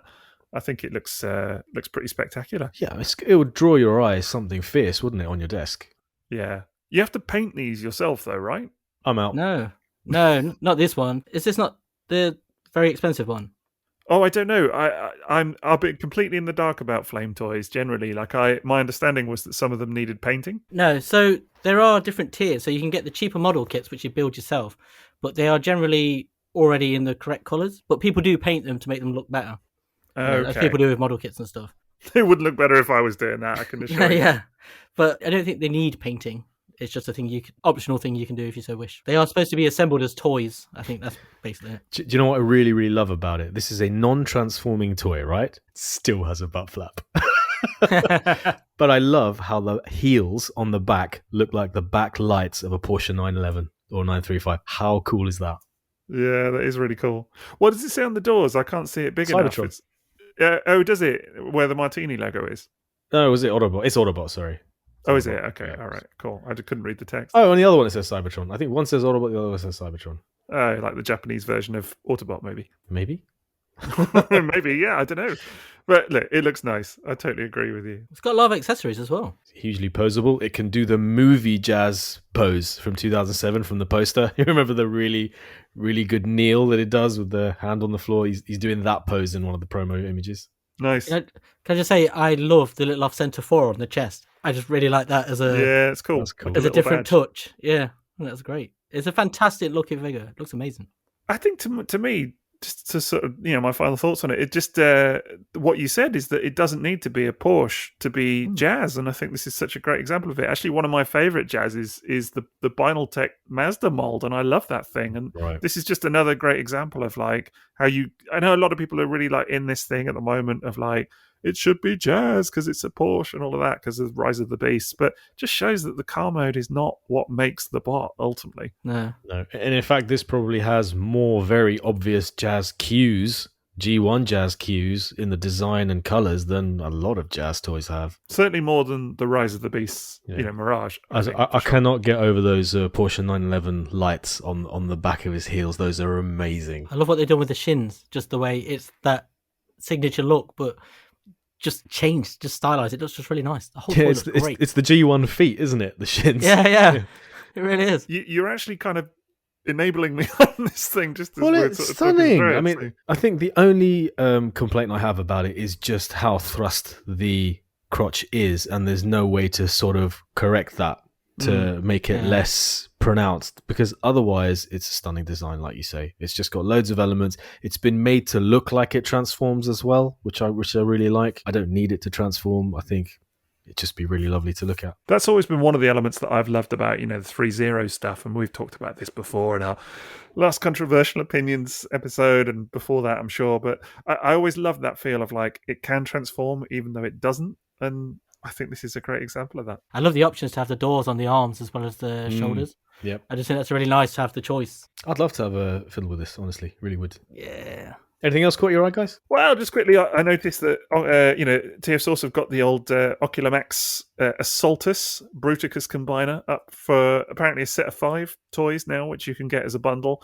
The price is something to contend with, of course, but I would say it's a very, very, very good set. This I've been fiddling with the Generation 2 version and showing some pictures of it just this last couple of weeks, and I love it. Absolutely love it. Well, I'm just looking in the sort of they seem to have like a lot of vintage toys because they've got a load of old Batman figures in there. They've got some Legends of Batman toys, which I think is from 1994. It's all like sealed carded stuff. This was a toy line from Kenner, which will probably turn up as a miniseries someday, because I had a lot of these. Yeah, and as you've seen, following that Batman miniseries, people have gone and bought those toys. So yes, yeah, Tapman. That's it. But they've got the but they've got the Azrael Batman here, but in red. So I suppose it would be the Azrael Tapman, wouldn't it? Because we call him as he's like known as Asbats for short. So I suppose it'd be Aztats. Aztats. Yeah. Brilliant. It's the Uncanny Valley. Yes. Right, well, that's going to do it for our sponsor segment. So do check them out, tfsource.com, for all your Transformers and third-party needs. I would have waited an eternity for this. We now return to the Transformers. So back again to discussing RC. On the topic of new characters introduced, there were a bunch of characters introduced into the movie who weren't specifically part of the main cast. We had fresh villainous characters like Quintessons and Sharktacons, and of course we had the Junkions as well, which we briefly mentioned. So this was just adding to the newness of it, and in the case of a lot of these things, there weren't going to be toys to support a large majority of these, so they were going to live exclusively in the movie as plot devices and scene setting, world building, that sort of thing. So what was your reaction to like Quintessons? And because basically they're like robotic aliens, not Transformers, but they had Transformers in Sharktacons and Alicons as well. My first reaction was I wasn't keen at the start. Shocker. Yeah. Well, Liam doesn't like change. No. Well, I think they just. Where's Huffer? Yeah. Well, they just stood out, and it was like I had no frame of reference for them. It just felt really odd that there was this floating egg with multiple faces. Actually, I quite like that. But the other ones, it's the same with the Sharkticons and the Junkions in that a lot of them look so much like Transformers. It felt weird to me that, not that we hadn't seen them, but that nobody seemed to know who they were. But they all felt like Transformers, if you know what I mean. Like we were saying about Wheelie just being around with an Autobot logo, but apparently not being one of the gang or someone that anybody recognizes. I know it's a wide world of characters, but it just jarred with me straight away. It just felt like, how they all seem so close together. How would you know? Yeah, it's a weird setup for sure. I don't know. It never really. The Quintessons never jarred with me. I don't think any of this really jarred with me in a way. I just sort of accepted it at face value. But in some ways, they were never my favorite part of the film. Like, I always preferred the stuff with Autobot City and all of that. That was always my kind of favorite bit. And then I love it still, but the kind of the second act stuff with like the Quintesson planet and the underwater squid is just, it's amazing, but it's not out and out Transformers in a weird way, is it? It's no, sort of... but it's uniquely Transformers the movie, which exactly. See, Yeah. I always think that the squid feels like something that could have been in an earlier season, but very simplified. And the Sharkticons, I loved it. It was just, I think it was that organic Quintesson mix, the judge with the tentacles and stuff like that. I liked them. It wasn't that I didn't like them as such. It was just more like it just jarred with me. I think it was at this point it was still quite jarring. All the changes. It was like it was quite a lot to take in. Yeah, I get that. It's also really strange for me as well, how much time is spent with these sorts of elements in this film, and there are no toys with them. I mean, when you think of it, this is a movie that very clearly was designed to sell toys. I mean, they usher in a new era, a new wave of product in the most unsubtle fashion that I think I've ever seen. Like, the whole like Charge of the Light Brigade thing. Have you heard this? That initially they were going to have all of the 84 and 85 cast just charged to their death, basically, and be like, I did not know that. Yeah. That was apparently discussed at one stage. There's it's been talked about as this Charge of the Light Brigade idea of like they were going to have all of the cast basically run for victory, as it were, and just get mown down, just like they're done. Like, that's it, kids. Off shelves. Would there have been like an interval at that moment as well, and then you just get the toy adverts? Right, exactly. Get hot rod here. They're just handing out flyers in the cinema and stuff. But it's funny then that the whole purpose of the film is to shift toys, and yet actually so much of the time of the story is spent with characters and in elements that don't have toys. I mean, RC is an obvious example. Unicron is an obvious example that they did try and make one. Which we'll talk about separately, and but the Quintessons and things as well is like the prime example of that. And there was a Sharkticon toy, but just that. Not that we would have known in the UK. No, we didn't even get it. No, France did. But and yes, like you say about the Quintessons, they're not exactly forgettable either. They're so memorable. As a child watching a court scene like that, which was carrying out executions in the toy movie, was a big deal. It's unforgettable. And of course, I didn't quite get the irony of guilty or innocent, feed him to the Sharkticons. And I didn't get that irony at the time. It was just confusing, I think, the first time I watched it. But also, some of the best lines in the movie are just in that sequence. No one will ever convince me that a line like, "I have nothing but contempt for this court" is not wicked. An outright banger that would be, it would get a moment in one of the best scripts or whatever. It's just great, and the way it's delivered is brilliant as well. We have got to get a new travel agent. I love that still today. Yeah. Even little throwaway things like when Cup's talking about what it reminds me of, and he goes, "Every place reminds you of some place else." And I love experience, lad. The back and forth is just brilliant, absolutely brilliant. But like even Kranix's lines when they're talking to him in the little jail cell, they're like really quite foreboding and solemn, but it's a really nicely done little scene. Yeah, and it's what you're saying about these characters. They are quite major parts and really memorable. They're not forgettable characters like Kranix and the Quintesson judges, all of these, and the guards. And it's amazing they didn't get toys at all because they feel like they should have. Now you can help me out here. What on earth does Kranix say when he's being carried out of the cell? I'm the last of the... What does he say? It's the last survivor of Lithone, isn't it? Or something like that? I think he says it's the last survivor of Lithone, something like that. Yeah. Really? Okay, I'll have to go back and listen. Something similar like what he says. A lot of the dialogue particularly around the Lithonians, I think is often misheard. The opening line of Arbalest, look, it's Unicron, I hear that misquoted all the time. A lot of people think he says Orbalists or something like that, or like they can never quite hear. It's because they have quite a garbled effect though on the voice of the Lithonians. They all do this very slight, almost like they're underwater. It's almost like a very slight sea spray style effect to their voice, the way they talk. Very much so. So what's interesting here, and I think kind of putting some of these characters into context, is that a lot of them kind of come from earlier versions of the scripts. And like Kranix is a great example, because my understanding anyway is that he was originally conceived as being sort of like a rock transformer, if you will, and he was going to be called Granix with a G, believe it or not. And then of course it all changed, and the script changed and was rewritten. Can you see Kranix. the cogs working behind Liam's eyes to get a Rock Lord joke in somehow? Oh, you see absolutely. the cogs moving in there to get that pun in first. I actually wasn't going to say anything joke about the Rock Lords. I was going to say, but the Rock Lords GoBot movie came out the same year, didn't it? Yeah. I think it was actually before. I'm sure it was earlier. Was it in the year. 86 or was it 85?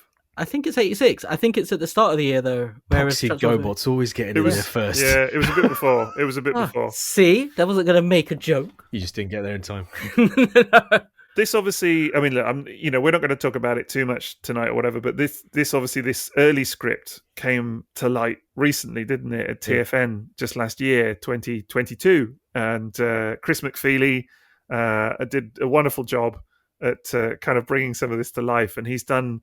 if people know Chris, he's done the basics and commentary on the movie. Yeah. Did that's the right. commentary on the DVD, didn't he? On one version of the movie, yeah. Was it the DVD or the Blu-ray? I have the Blu-ray, which has got his commentary on. But then I've also got the Region 1 version, which has got Paul Hitchens' commentary on. Yeah, Paul did one and as a lot well. of US fans as well. Paul did one? Yep. Wow. I did think not that's know that. the 25th anniversary one. Possibly a 30th anniversary one. It's got the lenticular cover.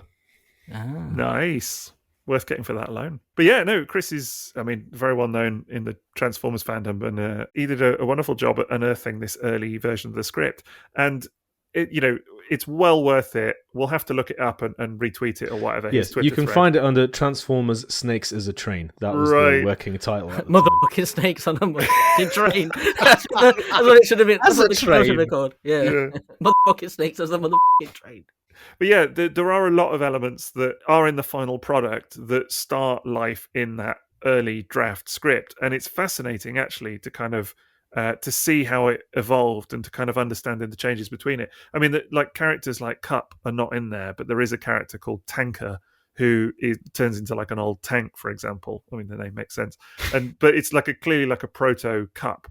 But a lot of the stuff is the same. Ultra Magnus is leading the Autobots and ends up with the Matrix, but the Matrix is like a little mini kind of ghost of Optimus Prime almost. It's weird, not called the Matrix. Yeah. Unicron is in it, but it's very different.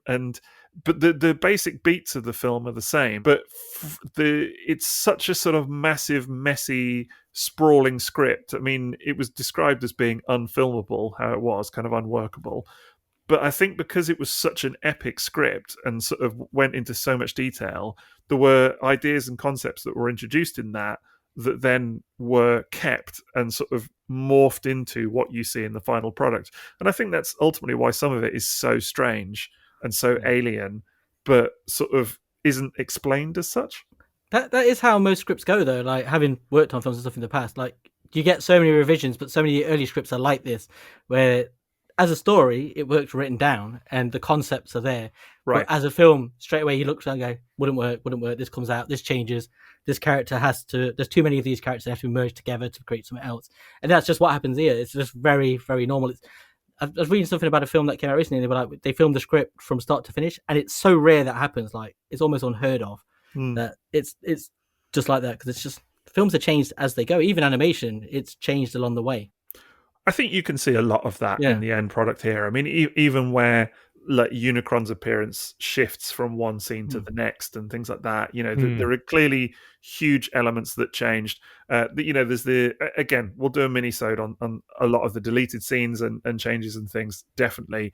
But even silly things like where the sweeps are firing their lasers. Quartering Ultra Magnus. Quartering, and which is still in the comic, actually, the comic adaptation from Marvel. And you can see it in the film. You can see as they are going to get him, that it was changed. You could really see that that's exactly what's about to happen once you know. 100%. It was animated, and then they had to change it, and ultimately the result is different, Yeah. And a lot of it is quite obvious, but I think it's fascinating to see some of these early concepts.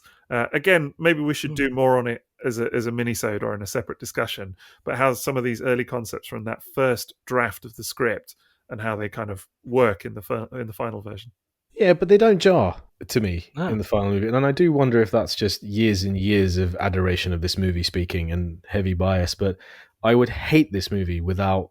No, sorry, let me rephrase that. I would hate for these scenes to have been left out of the 100%. movie. The whole court scene and Kranix and Lithone at the beginning and the Sharktacons and especially the Quintessons, I think were great additions to this movie's alien feel, because they're supposed to be way out in space, escaping from Earth and escaping from the Decepticons. Like we just crash landed on some bizarre looking planet. And how about that for a bizarre looking planet? When you're talking about aesthetics, it's not just a planet, it's just a twisty mechanical mess with an amazing sort of ocean there that houses that scene with the squid. It's not even a sphere, is it? No, not even close. They just like float in plates of stuff. Yeah. And that fantastic ship of theirs as well. It's all the corkscrew. Yeah, it's brilliant. It's just so good. Yeah. Again, all of that I think is, the Floridariness of it all, isn't it? It's just incredible visuals. Yeah. The way they've pulled it together. This is a lot of times, like I say, this is what happens with films, is they take a lot of incoherent stuff and put it together and you get something that's so much better.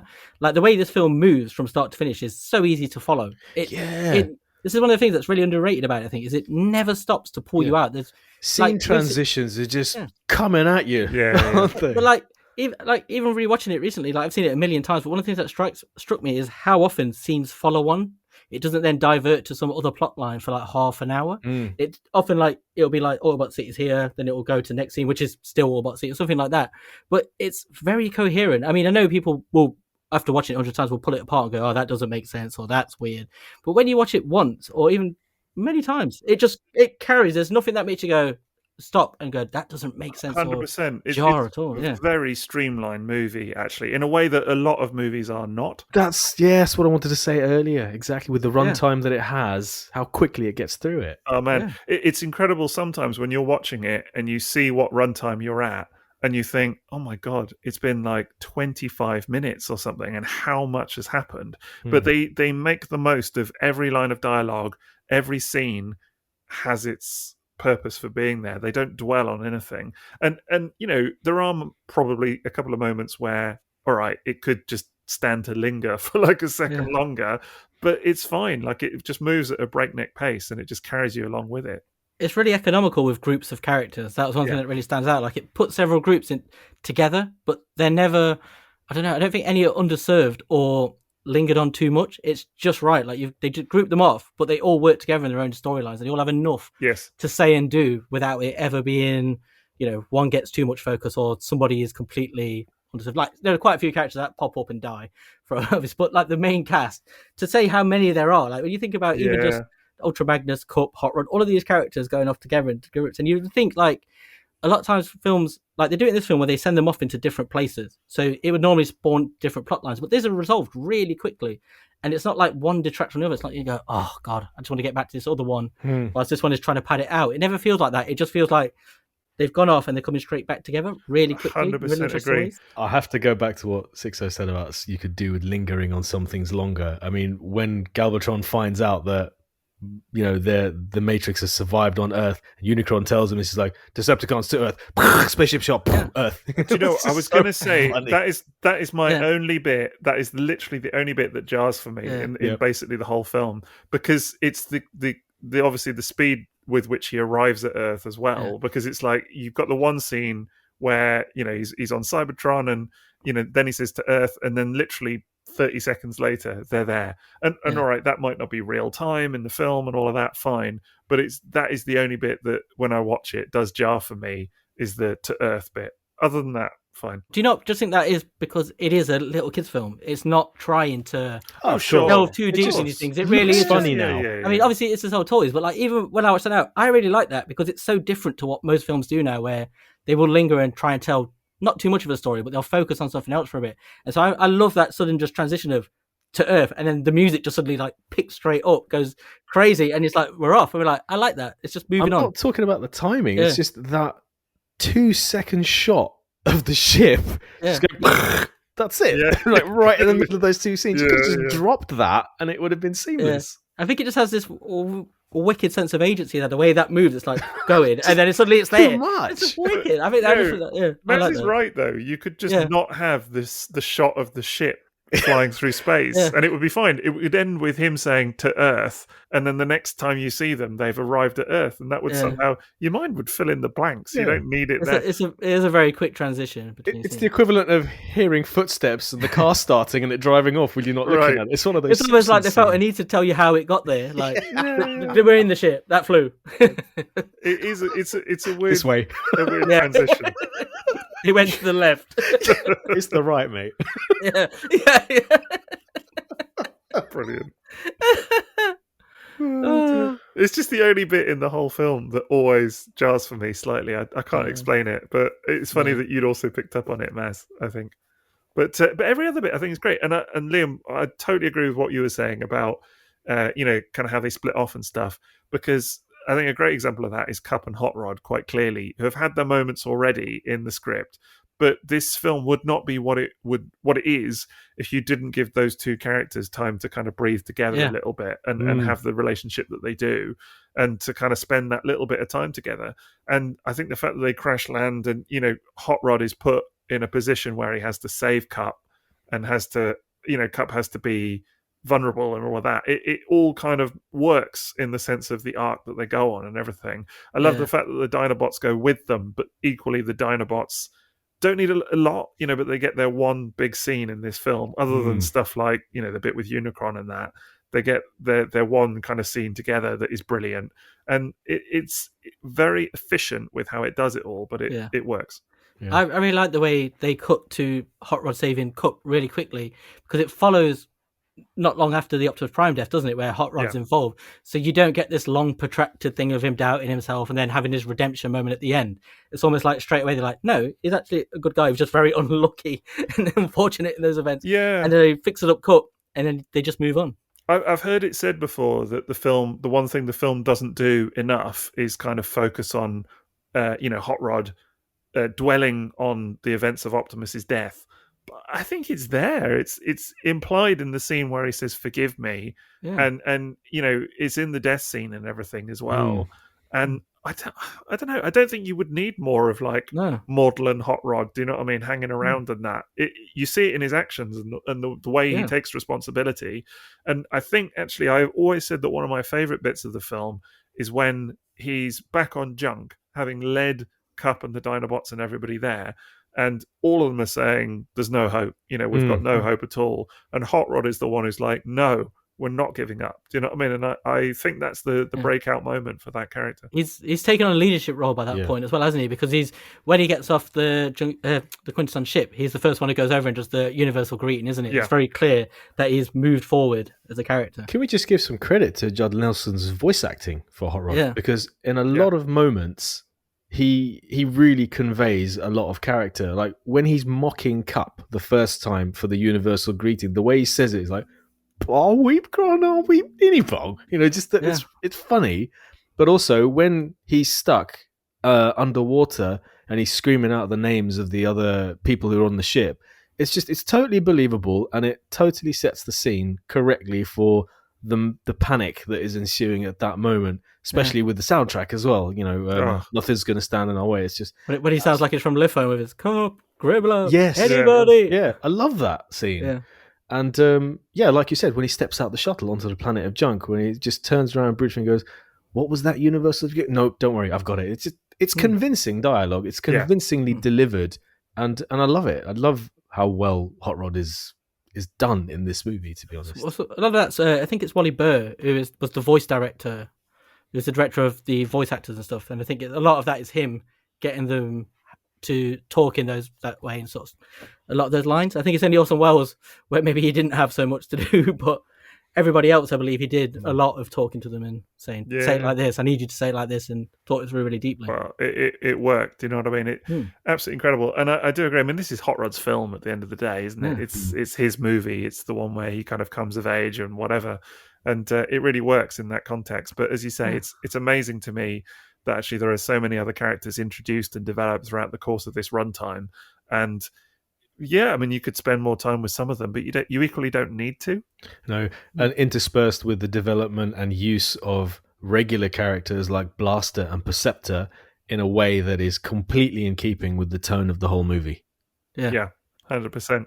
It does a great way as well of telling you who those characters are, even with little bits of dialogue.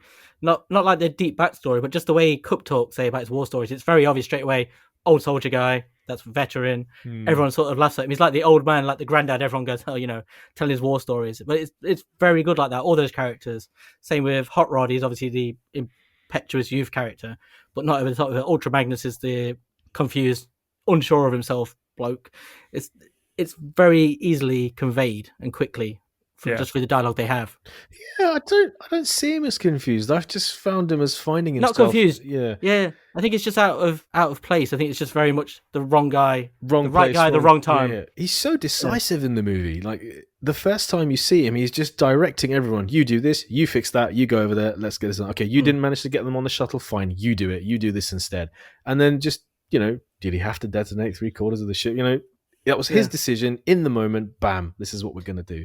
I think that's the point, though, isn't it? A lot of his decisions are very bam, bam, bam, bam, but they're not the right ones. They're just him in the moment, almost panicking and just going, just do this.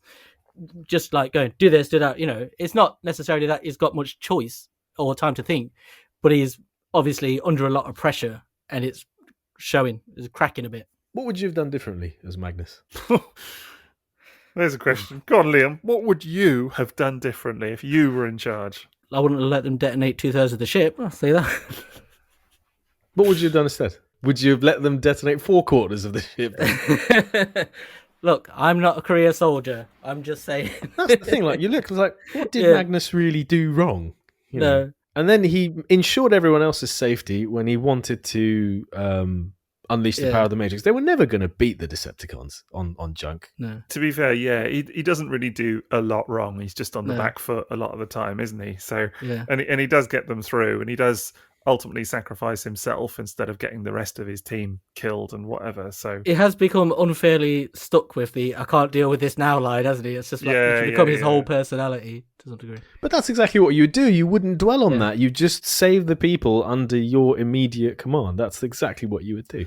And he's also, let's be fair, in quite a stressful situation at the time. Like, I think, a little bit of slack should be cut. But it's only the same as like the way that Hot Rod is forever marred by some people as having killed Optimus Prime, isn't it? No, his actions were completely stupid, though. Like, that's the bit that doesn't stand up to scrutiny for me. Like, it was necessary for the story to go the way it did, but it's never really made sense to me why he would interfere like that. Like, there's so many other things he could have done. Just, I don't want to be that fan, but he's supposed to be reckless, isn't he? It's the reckless youth diving in. I mean, very literally diving in. I think it's a very literal way of displaying that. But by the same token, and well, could have just shot him. There are there are a lot of people that are like, isn't it Cup's fault for preventing Hot Rod from taking part, if you like? But actually, if they'd all like ganged up on Megatron, maybe they could have taken him down.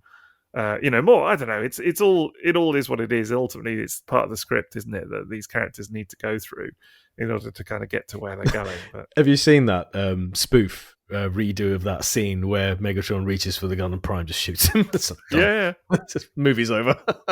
But it's just a way to convey a rash decision. Like any movie, so many movies have this where you go, God, it's a stupid decision. It's like, yes, because it was written to be deliberately a stupid decision. That's why he's done it. 100%. And it fits with the character. And he would, go on to make many, many more stupid decisions after that. And as you were saying with Magnus, he's doing it in the moment, isn't he? He's under pressure. He's just doing something off the bat. Like, how many times do you do something stupid? You go, why did I do that in the first place? And get my boss killed. It's rare. We've all been there. So Taylor's old as time. Are you saying to me that the stakes at your workplace are as high as they are in this movie? That's why he crafts his breakfasts the way he does. Right. I'm just picturing Maz now, because he's got all these snow-covered cars. He's having to get the Autobot shuttle to work, and that's why. Right. Yeah, detonating 3/4 of it. Don't you think we have better things to do now than tell old stories? Like what? But it's also worth talking about, as much as the characters that are in this movie, about maybe some of the characters that aren't. Because I don't know about you, but this was definitely a big part of my experience with this film, about some of the characters that are actually missing or kind of not absent, or characters that are in the voice credits that aren't even in the film itself. Inferno. Yeah. Well, apparently Inferno is in the... I read this, actually. Apparently he was in the voice credits because he was due to have... it's Walker Edmiston, isn't it? It was due to have a line in the script. Apparently his sole line was going to be "Good luck, Magnus," which it was in one of the Autobot City scenes, but it was cut.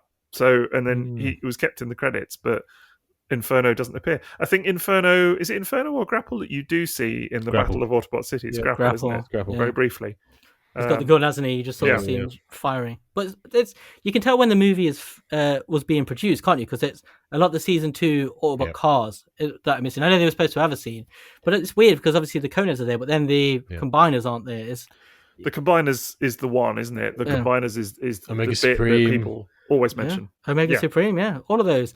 The Ark, obviously, the Ark is not there, obviously because they're at Autobot City, but there's never any references to why. There's so many characters like that, really big characters. But what does it do for Devastator, though? This is the movie that really turns Devastator into the threat that we know him as now. He's always portrayed as like the Decepticons' big threat, but in like season 1 and 2, he's almost become like a sort of a, not a joke, but he's quite an easy character to take apart, isn't he? He sort of had that at the start with Heavy Metal War, didn't he, of like being scary, and then it's really, this is his moment of like, and it's the look of fear, isn't it, on Cup's face as he's like Devastator. It really rings true. Yeah, that does so much work. That does it. Suddenly turns his character into something else, like this huge imposing threat that he wasn't really. And I think in a weird way, it would have been cool to see Superion and Menasor and those guys in this film, Omega Supreme. And I know there's been, is it IDW that have done a comic that explained where they were, that they were all fighting in a different... they were all fighting at the Ark. They did the movie adaptation, and they just had a panel showing like tracks, Superior and Omega Supreme, they're all at the Ark, so... They're all I think Megatron... Yeah, Megatron had basically sent a detachment of Decepticons to attack the Ark at the same time to keep them busy. I just figured they're in a lift somewhere, with the jolt, with the jolt music going on. Charging. Little underground car park somewhere. I don't know. But in a weird way, those big characters, the other combiners not being in the film, it makes Devastator more important. It makes him more imposing. Yeah. It really does. It's very memorable. I mean, imagine what would the scale of this film be if you had like Bruticus, Defensor, Omega Supreme, all of these big guys? It would be too much in a weird way. You'd lose the stories of the smaller robots because it's just one large robot. But then Rumble and Frenzy deal with him quite well. In Astro Train, don't they? It's like, that's all you needed to do, just wobble. It's because he couldn't even stand up in there. That's probably why I just always found it quite incredible what they do there, like how he just has that scene. It's such a standout scene as well. Yeah. Just to say, wow, it's a threat. And it's a rare time you really look at it and go, wow, it's quite scary, like what he's implied to be able to do. I think it's what you were saying. It's really sort of emblematic of the time when this was made, that Devastator was the big threat, and it sort of shows that actually it was being written slightly earlier on and everything else. But and like you said about the Cup line, you see it through his eyes, and that's like a really important way to show how scary something is. And then obviously he has that scene where he rips open the walls, which is like an incredible visual as all the bits of glass are crumbling and the lights on the wall are going out. Absolutely love all of that. Of course, old Snarl is not in this as well. Well, he is for a moment. He's in a couple of scenes. He appears, is it 3 times, I think, isn't it? He's in the window, isn't he? You can see him through the window in the shot, I think. It's the bit where they start bombing the destroyed Autobot city as well, and the Dinobots scatter. He's very obviously in that scene. Yeah. It's weird. It's just, again, it's sort of quite clear that this film was made in a certain way, isn't it? And the bits have sort of survived, and just you can still see the remnants of that. Just assume he's just slightly off to the right or the left of whatever the Dinobots are doing. He's just out of shot. He's there. The camera just is never quite on him. Yeah, like if you saw the film in just slightly wider screen, I think it's the aspect ratio. Wider screen. Just can't quite see him. That's all. It's where Mirage was the whole time too.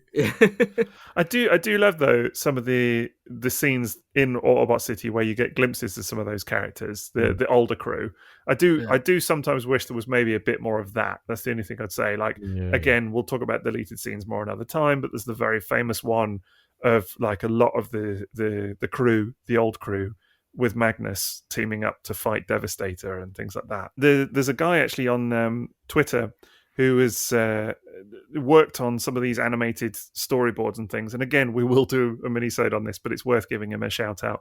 So if you check out on Twitter @ArtistStan, he's done some incredible like animatics and things and sort of pieced together some of the missing storyboards, and particularly this scene he's worked on quite a bit.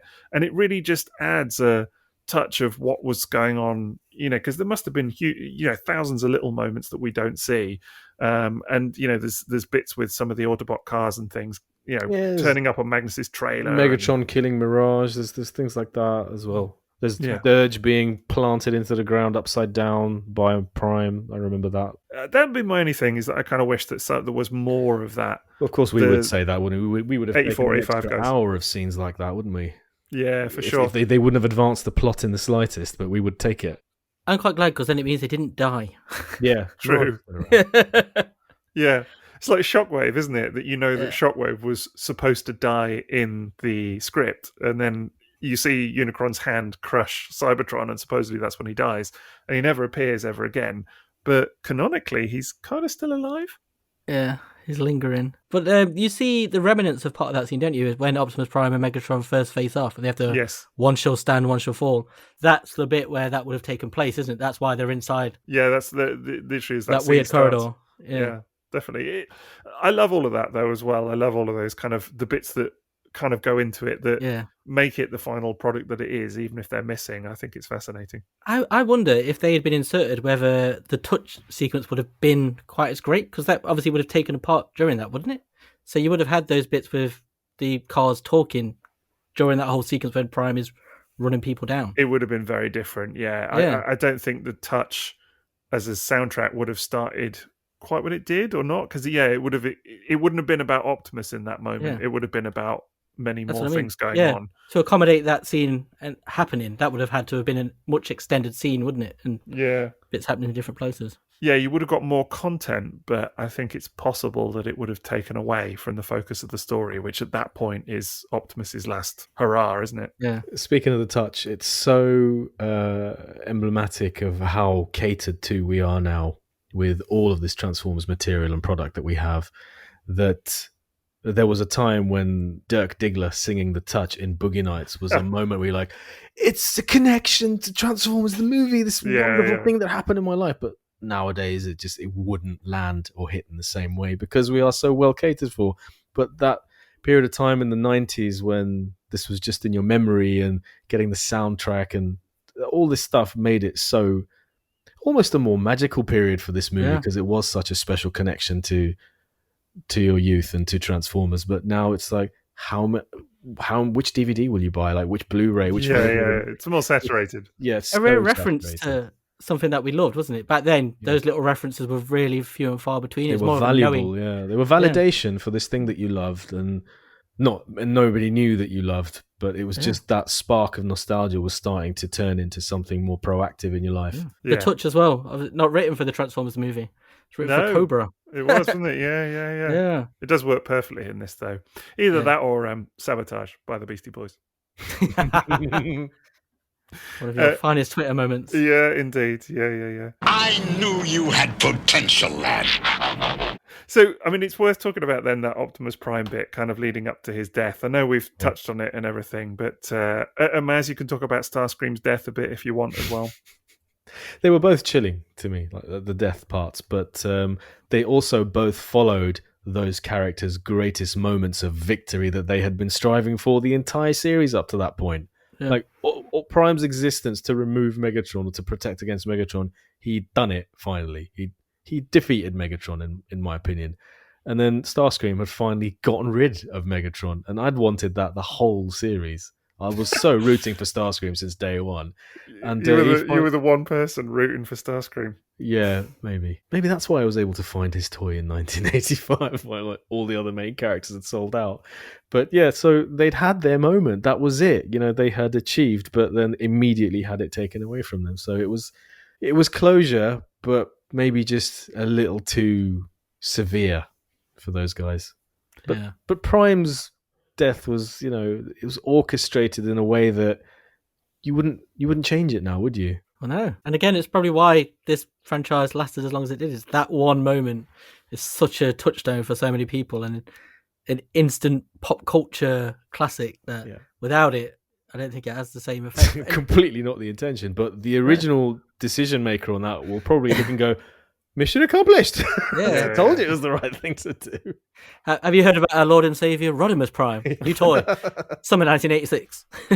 I mean, there's a reason, isn't there, that Optimus gets popped off in pretty much every new iteration of Transformers fiction that there is out there, because it's become the sort of archetype of his storyline, hasn't it? It's synonymous with the character, and the fact that now you get films where he turns up, dies, and returns in the one film, for example, and or the one cartoon or whatever it is. It's become a sort of like Christ reference almost, hasn't it?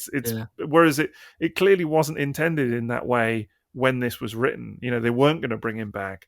The fact that they added in the line at the end in the UK version about Optimus will return, that wasn't part of it originally. The greatest Autobot of them all, Optimus Prime will return. So please don't send us any angry letters, please. Stop crying.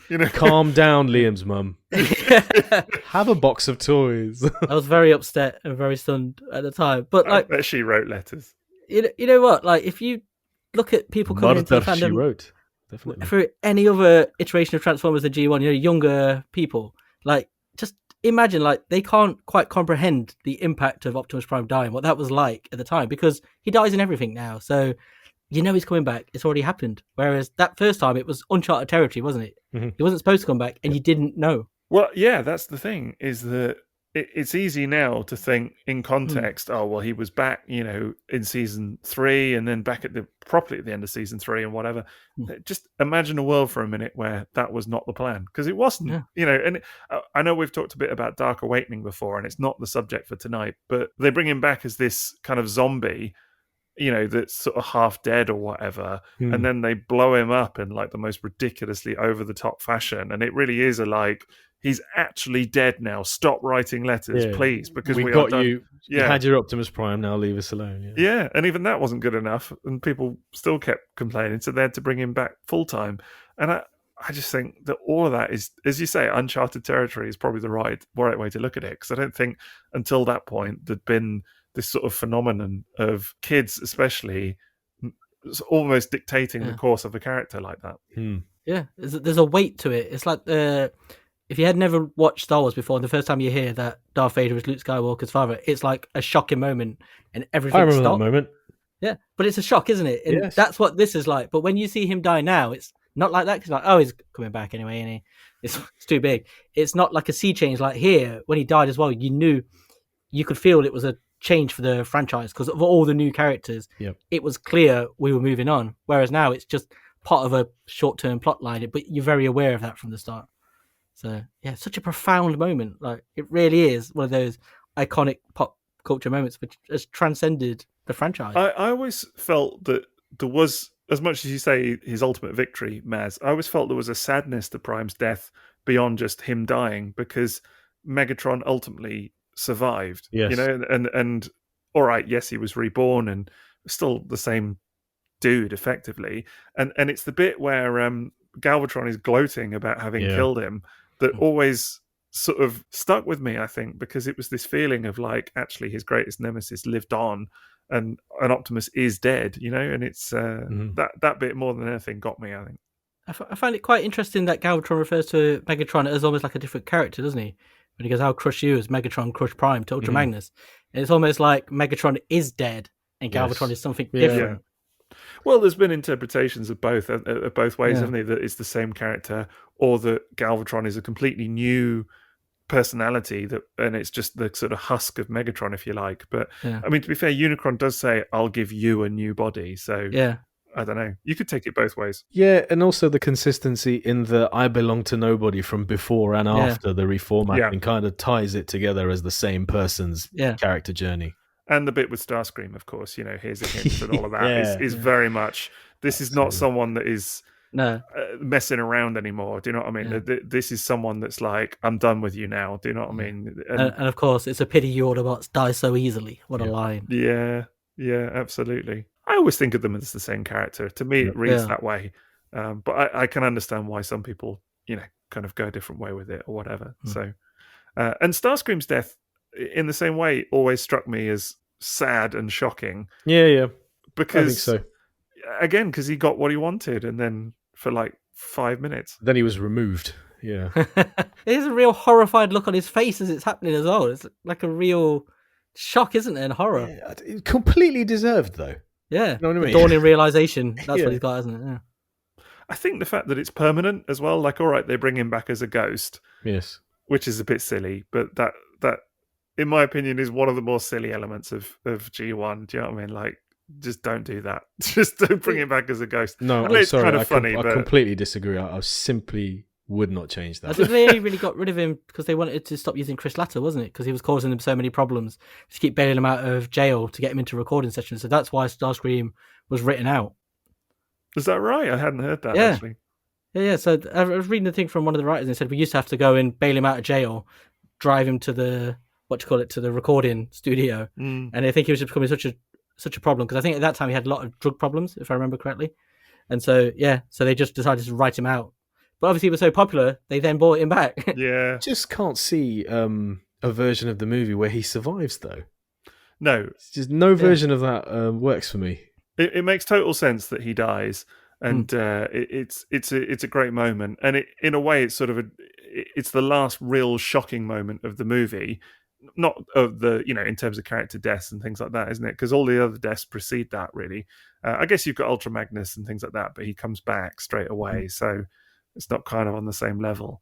I don't know. There was just a finality to Starscream's death for me that hit home maybe more than Prime, because Prime ultimately does come back. Is it because he crumbles into dust? It's very visual as well, isn't it? It's horrific. I can only imagine how that would have been dealing with that as a child, seeing probably what was my favourite character in the cartoon at the time, meeting that end.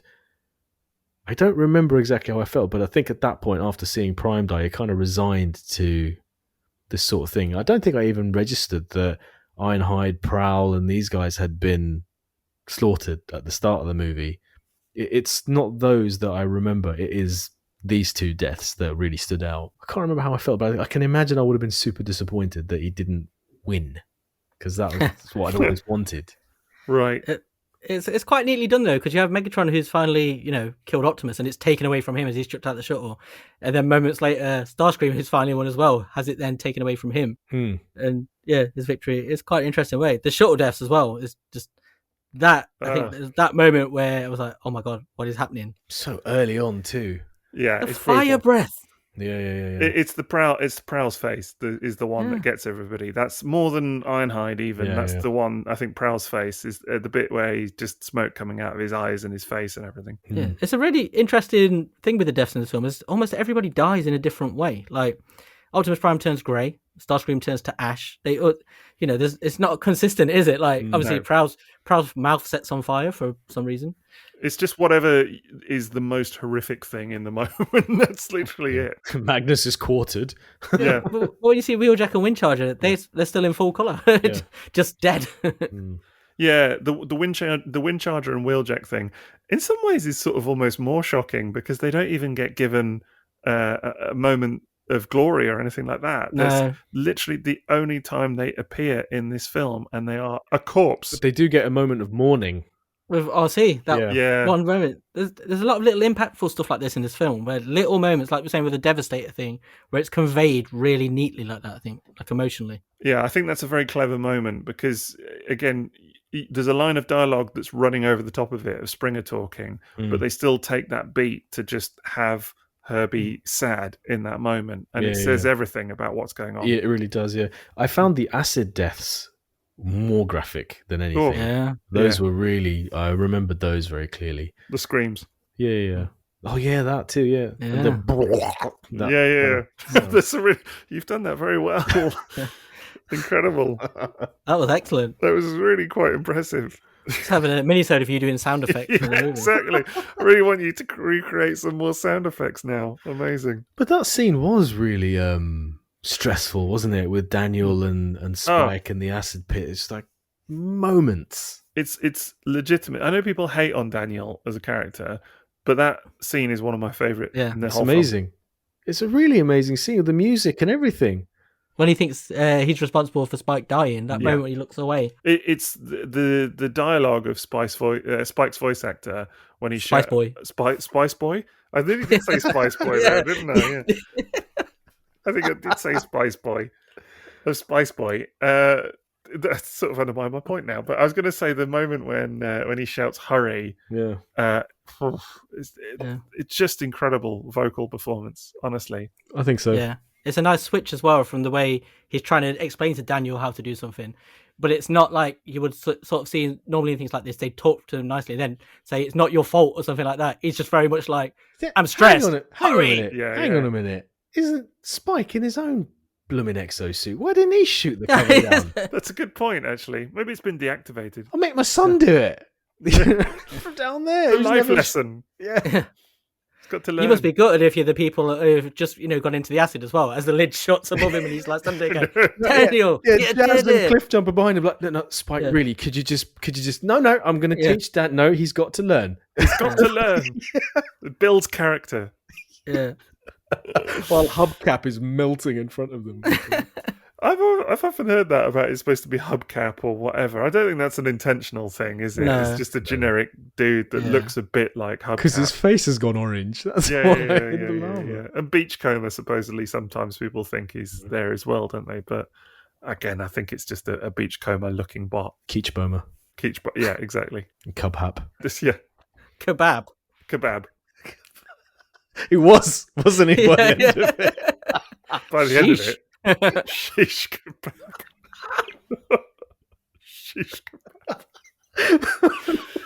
That's done it. There we go. But no, that scene is very stressful. I think that's a good word to describe it. And I do love it, though. All of the stuff inside Unicron is just mad. Absolutely brilliant. Just like a nightmare come to life. Doesn't this remind you of anything, Cup? Nope, never seen anything like this before. So, obviously we've mentioned the Unicron scene.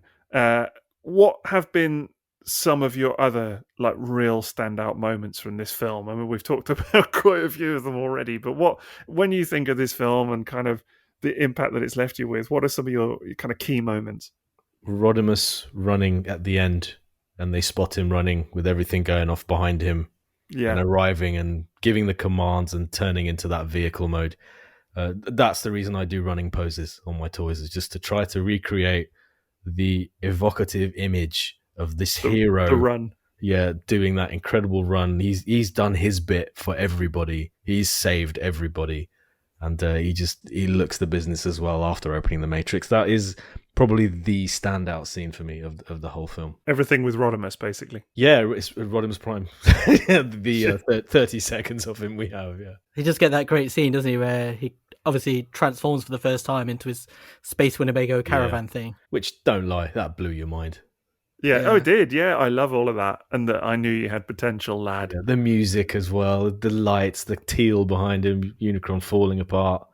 That lighting as he's sprinting down that corridor is incredible. Yeah, the kind of glow. It's the combination of colours as well, I think, actually. It's the pink, because there's a lot of the kind of cool steel blue of Unicron, and the kind of pinkish glow, but then with the kind of like very sort of turquoisey glow as well. It's beautiful. Yeah, for me, it's really the start of the film, after the Unicron bit, when you have the shuttle launch.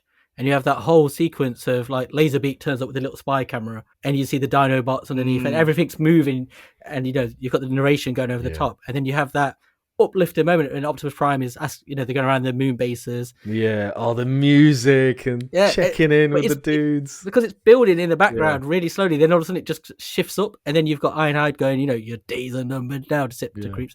And then the music just goes amazing as he Yes. transforms and zooms off into the shuttle, and it cuts back to Jazz and they're going around, and you've got Spike saying, "Tell my son Daniel I miss him," and all that. I love it. That line. Chills. We'll do, Spike.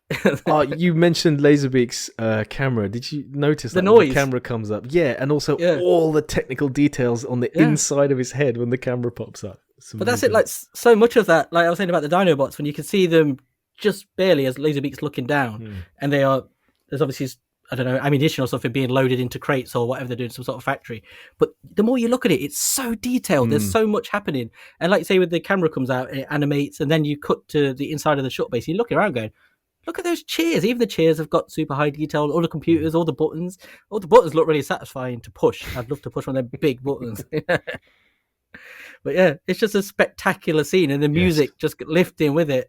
It's just this like real amazing feeling of hope. Yes. That is then crushed immediately after in the very next scene. That's what this movie is like. It's almost like you're watching MTV and you're going between music videos that are completely brand new scenes. It fades to black, bam, something major lands in a chunk. But you just have that whole amazing, all we need is a little energon and a lot of luck. And then it cuts to Megatron and Shockwave. And More than you imagine, Optimus Prime. Yeah.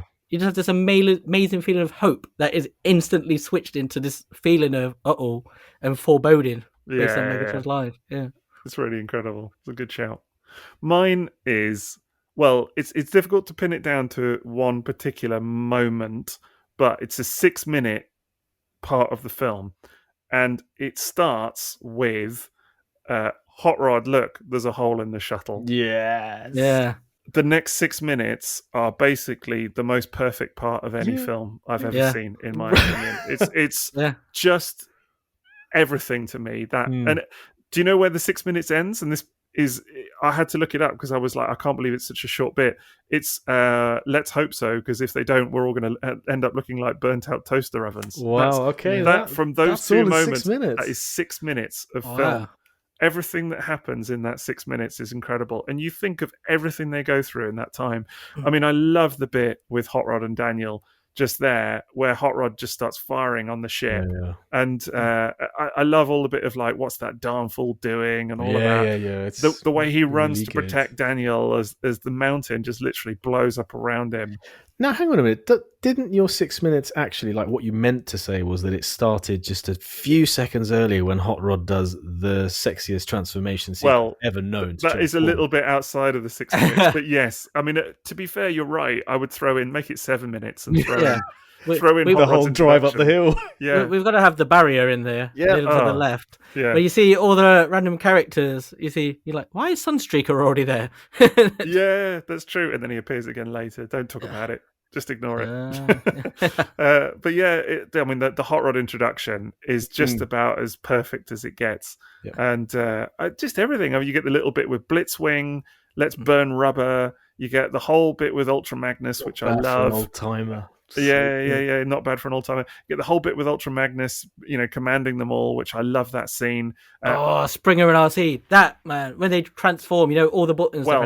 I was just exactly what I was going to say. The Autobot City transformation sequence is breathtaking to me, even today. Yeah, it really is. The one thing I would love to capture in photography more than anything else, I don't know how you would even do it. It's that motion, the way they're doing that. That's something, all that technology, and that's something that's happening. Yeah, I love stuff like they're focused in details. It's the bit where Springer, his hand grips the handle and pulls that sort of rectangular bit. Sound. Yeah, that sound. So, it looks insanely satisfying. Like when Cup was it on the shuttle when he puts his hand into that little throttle thing. Yes, his fingers go through the grip, and it's the same sort of action. What about the Matrix at the end? He puts his fingers into the handles of the Matrix. That's just perfect. That's the thing. You see, Ultra Magnus, he didn't know how to use the holes. Yeah, fingers are too big. Transformers the movie, a movie about people putting their fingers in stuff. Yeah, right.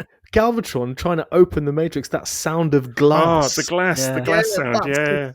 Yeah. Oh, the sound in this film is legit incredible. I mean, it's one thing that people really kind of commend the live action films for is the sound design, and I agree with that. But the sound in this film is off the charts good. But yeah, I mean, that whole extended kind of 7 or 6 minutes or whatever, you're talking about all the stuff with the Insecticons, their our way in, all of that. jam that transmission, everything with blaster and Perceptor. Yep. Yeah. It's just brilliant. I mean, it goes on from there, of course. There's the time cut, but that moment you're talking about with Blaster and Perceptor, something I noticed this time, and I notice it every time I watch the movie, and I really appreciate it. Soundwave standing on the edge of the platform, about to launch the cassettes. There's a little part of the ground he's standing near where the two bits are linked, and there's just a gap, and there's this like green light, the green glow. Yeah. I love that glow. yeah. It just adds to the scene and the sci-fi nature of this massive bass. It's the kind of thing I try to recreate in photos as well. We're just having a little bit of color here and there, and tiny details that if someone takes 5 minutes to really examine everything that's there, that they might appreciate a little bit of extra greebly detail or techno detail. Yeah, 100% agree. No scene looks dull, does it? No, there's no, like in the regular cartoon or whatever, your budgets and all of that, it would just be an orange blob probably. But here, it's all the details filled in and the backgrounds look immense. It's really something. All right. I reckon we should go around and do one more favourite scene. So go on, one more favourite scene, because the film deserves it. Really does. Liam, what's one more favourite scene? They're all favourite scenes, though. It's if I had to pick another one, I had to. if I was forced, it would probably be. You've already said the Autobot City battle, so I'll leave that. Well, I said the first part of it.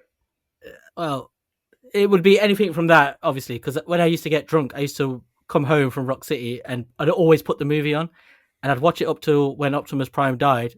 And that was about it. I'd normally pass out at that point. Do you know, it was him waffling drunk about Rock City at TF Nation that made me miss Jason's Irish accent. Oh, no. Yeah. I don't remember. I was drunk. No, exactly. And I, out of politeness, carried on listening drunk. to you and missed all of the fun. That was the night you just disappeared. Yeah. I was very like drunk. Snarl. Yeah, you were like Snarl, just one scene and then not the next. Yeah, I obviously had better things to do that night than dine. You were also, can I say, you were also great, incomprehensible. I remember actually Maz and I talking to each My other. Lithone mode. And just being like, what is Liam even trying to communicate? And I'm the last of the Liam as you left. I should have left on my race. Talking about characters sounding like they're underwater. You were just, do you know what I mean? Well, it wasn't water I was under, let's just say that. Right. It was the liquid though. Yeah. So what was the scene actually? I missed the scene. Yeah. The scene is going to be that scene when they're approaching Unicron, in the Junkion ship, and Cup has that line. Yeah. But then, obviously, when Unicron, the Dinobots jump out and kick him in the butt a little bit later, or that whole thing, I think is fantastic. That battle, it's just moving so quick. We haven't talked about the Unicron battle. They tried to burn his bum. Just he pulled his own leg off. How amazing was that to see as a kid? But I'm so glad I get this in that you guys didn't say it. But did he pull it off? Yeah, he pulled his own leg off. I always thought it was him trying to. Because he's exploding, trying to hold himself together, and he's holding it, and it. Who pulled what off? I phased out. For a second. How does that come up so often in episode 2? No, I had always thought that Unicron pulls his own leg off because it's starting to think it's just going to explode or something, and he's just trying to save himself. That's what. My reading of that scene was always that he's exploding and he's trying to hold himself together. But maybe it is. That's what it is.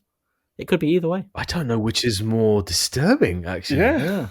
Either interpretation, I think. So right, this scene, reformatting. I knew you were going to say it. And that was going to be mine. Reformatting scene. I love it. I'll never get tired of it ever. There was no other scene I could think of that would match that. Really, everything from Welcome Megatron onwards. Yes. But what about free space?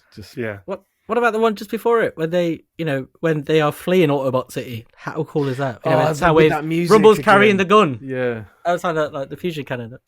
Yeah, that is very cool. That deserves a spot. That deserves a spot, yeah. There's that shot of Astro Train as they get in and they're all sort of sat down looking. That's the word. Yeah. It's stirring. But even they look beaten as they flee and get inside the back of Astro Train. Yeah. I do love all of that. But the reformatting, it's just the design, the colours, the green, the purple, the music. I was captivated by this. Voice acting. Yeah. Everything. The harsh red when Megatron is being punished. The sound goes with it. Yeah. It's oh man. And the bit, and it's how it goes from being so harsh and like shouty, and the sound at that point when Megatron is going, "I accept your terms," and all of that is awful, and then it just goes so blissfully calm and quiet as Unicron just goes, "Excellent," and it just carries on. End of an era, and that's end of an era right there. And it is, you're absolutely right. I love the design of Megatron as he's being just wiped out and just overwritten. It's. Now I must go back and say you are absolutely right in that Super 7 reformatted Megatron is completely unacceptable. It's completely unacceptable. I completely am with you there now. Yeah. They got it. How could you get it that wrong? I'm not one to normally get, uppity about this kind of stuff. Like, I'm very much like... Apart from when you are, which is not. I'm not normally, but if you're going to get this thing, do it. Don't get the reformatting going the wrong way. I'm with you. Yeah, it's such an odd thing to get wrong. There's obviously a reason for it, but it just it defeats the whole purpose of the toy. Yeah, I do love that they homage that in MP36 Megatron though. Oh, his face, yeah. Do you have another scene, Sixo, that you want to give us? One more scene? What, now that I can't have the reformatting? Well, yeah. Let's squeeze one more of those classics in there. All right. Well, there are just so many to pick. I mean, we haven't really, as I say, we haven't talked a lot about the whole fight scene with Unicron, and dare I say, the transformation of Unicron. That. Yeah. So I've got to put that in there because that is, I've never seen anything like it before or since, I think it's fair to say. There's very little things I think you could see on a big cinema screen that would quite come close to matching just the sheer level of awesome. And what I love about it, again, is the dialogue and the music and everything that goes with it. But just his lines, man. Well, it's for me, the particular line of dialogue, it might be one of the most underrated lines of dialogue in the film, I think, is Unicron saying, "You underestimate me, Galvatron." And just everything that follows. What? Do you know, it's, I mean, never if you didn't know it was coming. Right. Yeah. Never have truer words been spoken. Like, you have most definitely underestimated this dude, Just, the music that goes along with it as well. It's when it goes into almost like horror music style organ, goes crazy. Yeah. The organ is incredible. I just vividly remember scenes like his cuffs sliding back to reveal his hands and the way the hands open. It's just horrible but brilliant. It's almost foreshadowed with the Autobot City transformation that you're going to get something of scale. But what makes this so great and gives you a sense of scale is having Galvatron trying to avoid falling into the gaps and stuff like that, and looking like the genuine look of horror on his face again. But it's that sense of scale that puts you there, and you look at it and you realise how big it is. Because if he's not there, I think you assume he's big, but you just see a robot transforming. But with having a person there, you get to see just the sheer scale of what's occurring. And the detail is insane. Yeah, the retracting cogs and pistons and things. It's the clip of Galvatron's face always gets me. Just that, no words, just abject look of terror on his face. Surprise. Yeah, of complete bewilderment. Just what he's seeing is incredible. And the chest. Yeah, the reveal of the glowing red abs. Yeah, which is I'm going to do my second nitpicky thing in a row now, but is something that on the War for Cybertron Unicron toy isn't quite right, because it's 6 abs on the in the animation, and he has 8 abs on the toy. And I love the toy. I can't say enough nice things about the toy. I really wish it had 6 abs instead of 8. I don't know why that one little thing just bothers me slightly. Glad I didn't buy it now. Yeah, right off, mate. Inaccurate. Honestly. Yeah, just shove it in the bin. It's trash. It's trash. Lazy. Yeah. God, has blow. What are you playing at? It's a pity you Autobots die so easily, or I might have a sense of satisfaction now. I think we should then just sort of start wrapping it up with some favorite quotes. Yeah. We've talked about the dialogue, and I actually think if you look at these scenes, one of the reasons they have the gravity they do is because they're using words that maybe I probably didn't understand fully as a child when I watched it. Things like, your bargaining posture is highly dubious, and things like that have aged brilliantly. Yeah, 100%. As the dialogue to a children's cartoon. And you were talking about, for a while I considered, And sparing your now witness its dismemberment. Like I didn't pick up on 50% of what was being said when I first watched it, or even as a child, but can really appreciate the power behind those lines now. Yeah, I mean, 100%.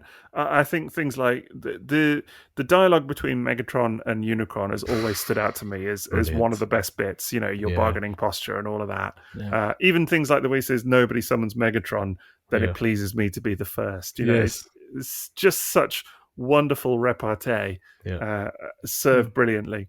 It's a really amazing, intimate scene as well, isn't it? Because it really is just two characters in a void, without much going on around them. And it's just them arguing, basically.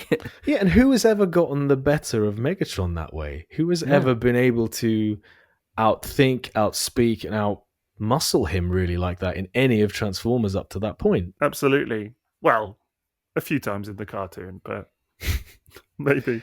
And it's the, proceed on your way to oblivion. Just amazing lines. Yeah, absolutely incredible lines. And Unicron stays in character the whole way with that kind of, those deep lines. Perfect for Orson Welles. Sure he enjoyed it. I wonder if those are the lines that are on the Unicron toy. Well, that's the thing. We don't know, do we, what dialogue is on that thing? We'll have to ask Raz at some point, but I don't think he's keen to even try and hear it himself, is he? But no, it's understandable. Yeah, exactly. It is weird to think that actually Orson Welles' last recorded dialogue could be on that toy. And right. It just amazes me, that does. So what are some of your other favourite lines of dialogue then? Oh, it's a classic, isn't there? I've got better things to do tonight than die. It's just, it's perfect. It's absolutely perfect. It sums up Springer in a nutshell. It really does. The cowboy character, basically all it is. It's the John Wayne of the thing. It's perfect. There are so many he has, though, lines like that. Just, oh, God. It really is a good line. It would be a good line in any film. It doesn't have to be Transformers. Yeah. It's that, and obviously, believe it or not, this is the fun part. Just the way that kicks in is so good. First you crack the shell, then you crack the nuts inside. Wow. Just wow. No way to complain. Sick 'em. Yeah. Do you know, when I talked earlier about that time at school when we were all in our teens or whatever, the bit that got the biggest cheer without a doubt was Blaster saying "No way two can play," and suddenly all of his little tapes come out. That got absolute. I still remember it to this day. Just a round of like cheers and everything. So I would say some of the Prime and Megatron dialogue is really good. You know, I would have waited an eternity for this. Yes, it's over, Prime, and all of that is really incredible. Throw away your life so recklessly. So good.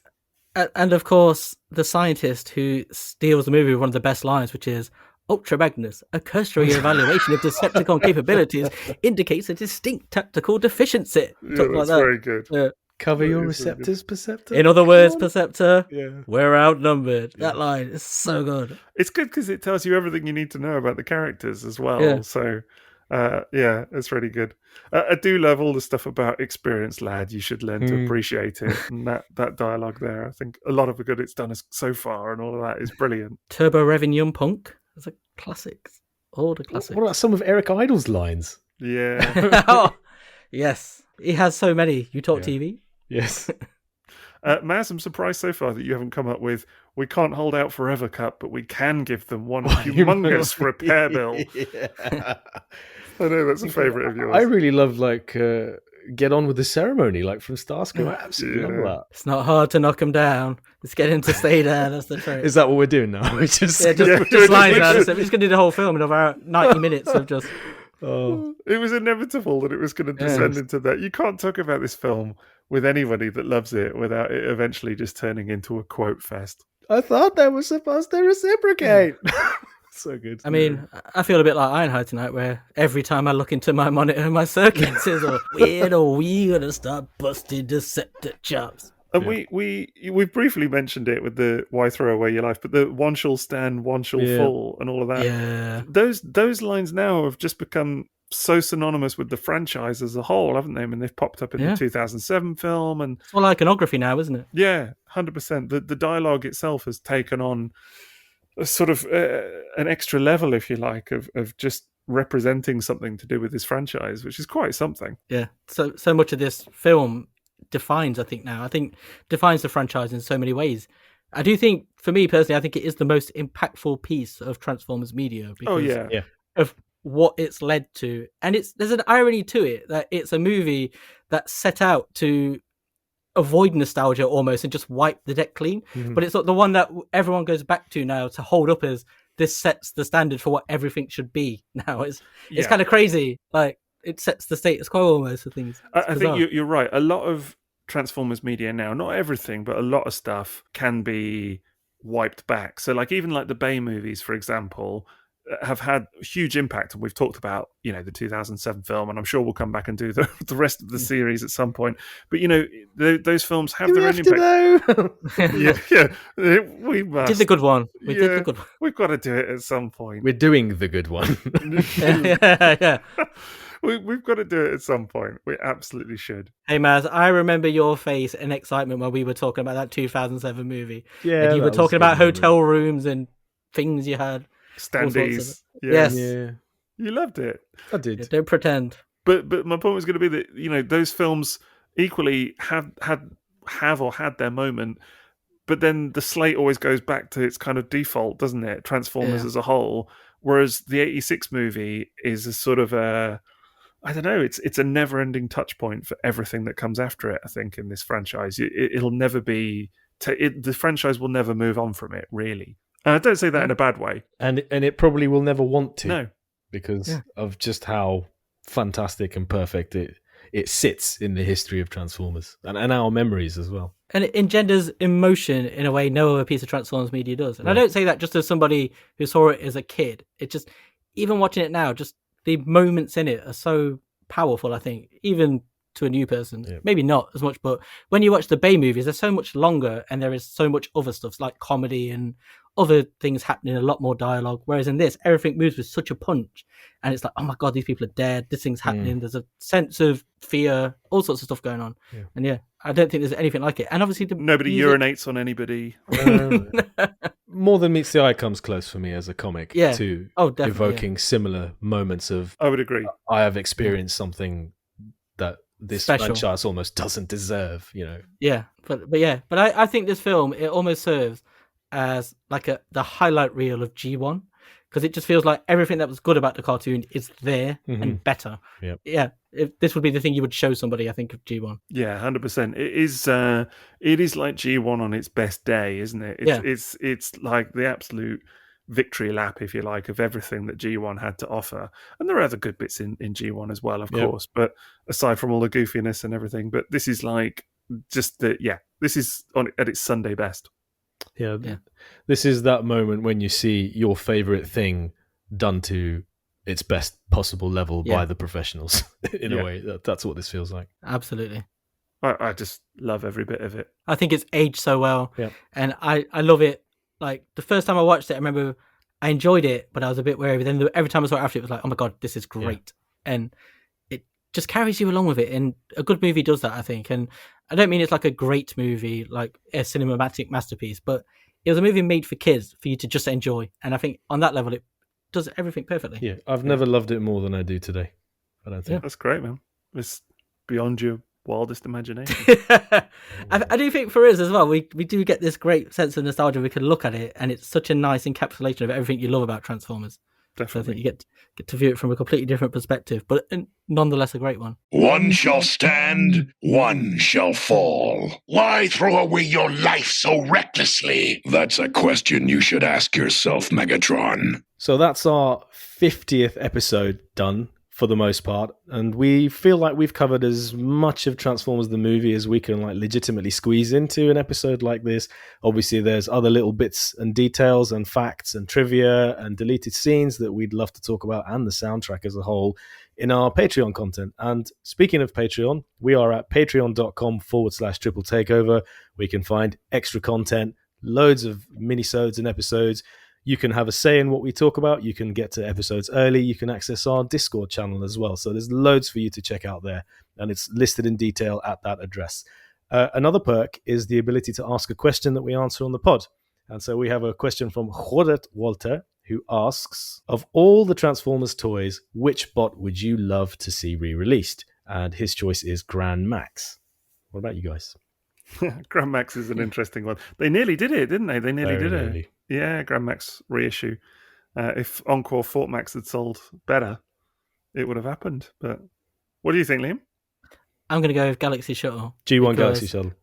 G1 Galaxy Shuttle, because it's a toy that's very expensive to own and it turns yellow, and it would just be nice to own that myself and experience that toy, but like a new version of it. As in a new re-release of the old. Yeah, sorry. Yeah. I got like, you. yeah, a new tooling of that mold. Yeah. Rather than a second-hand copy or an older copy. I just, God, it's such an amazing looking toy and so mysterious. It's like one of the last really mysterious toys that I would love to own.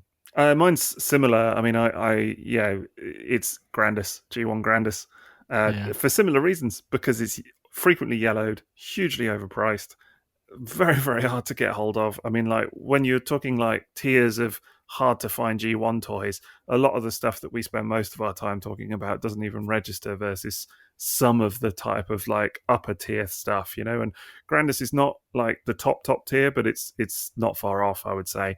And I would love to have that thing. And there has been a Star Convoy reissue, so to see Grandis and Sky Gary as well, but I have a Sky Gary, so purely for me, Grandis. For me, because you said Galaxy Shuttle, that would have been one of my go-tos. I used to own a Galaxy Shuttle briefly, and it was everything you hope for. Believe me, Really? It is. It's great. It's a great toy. Perfect.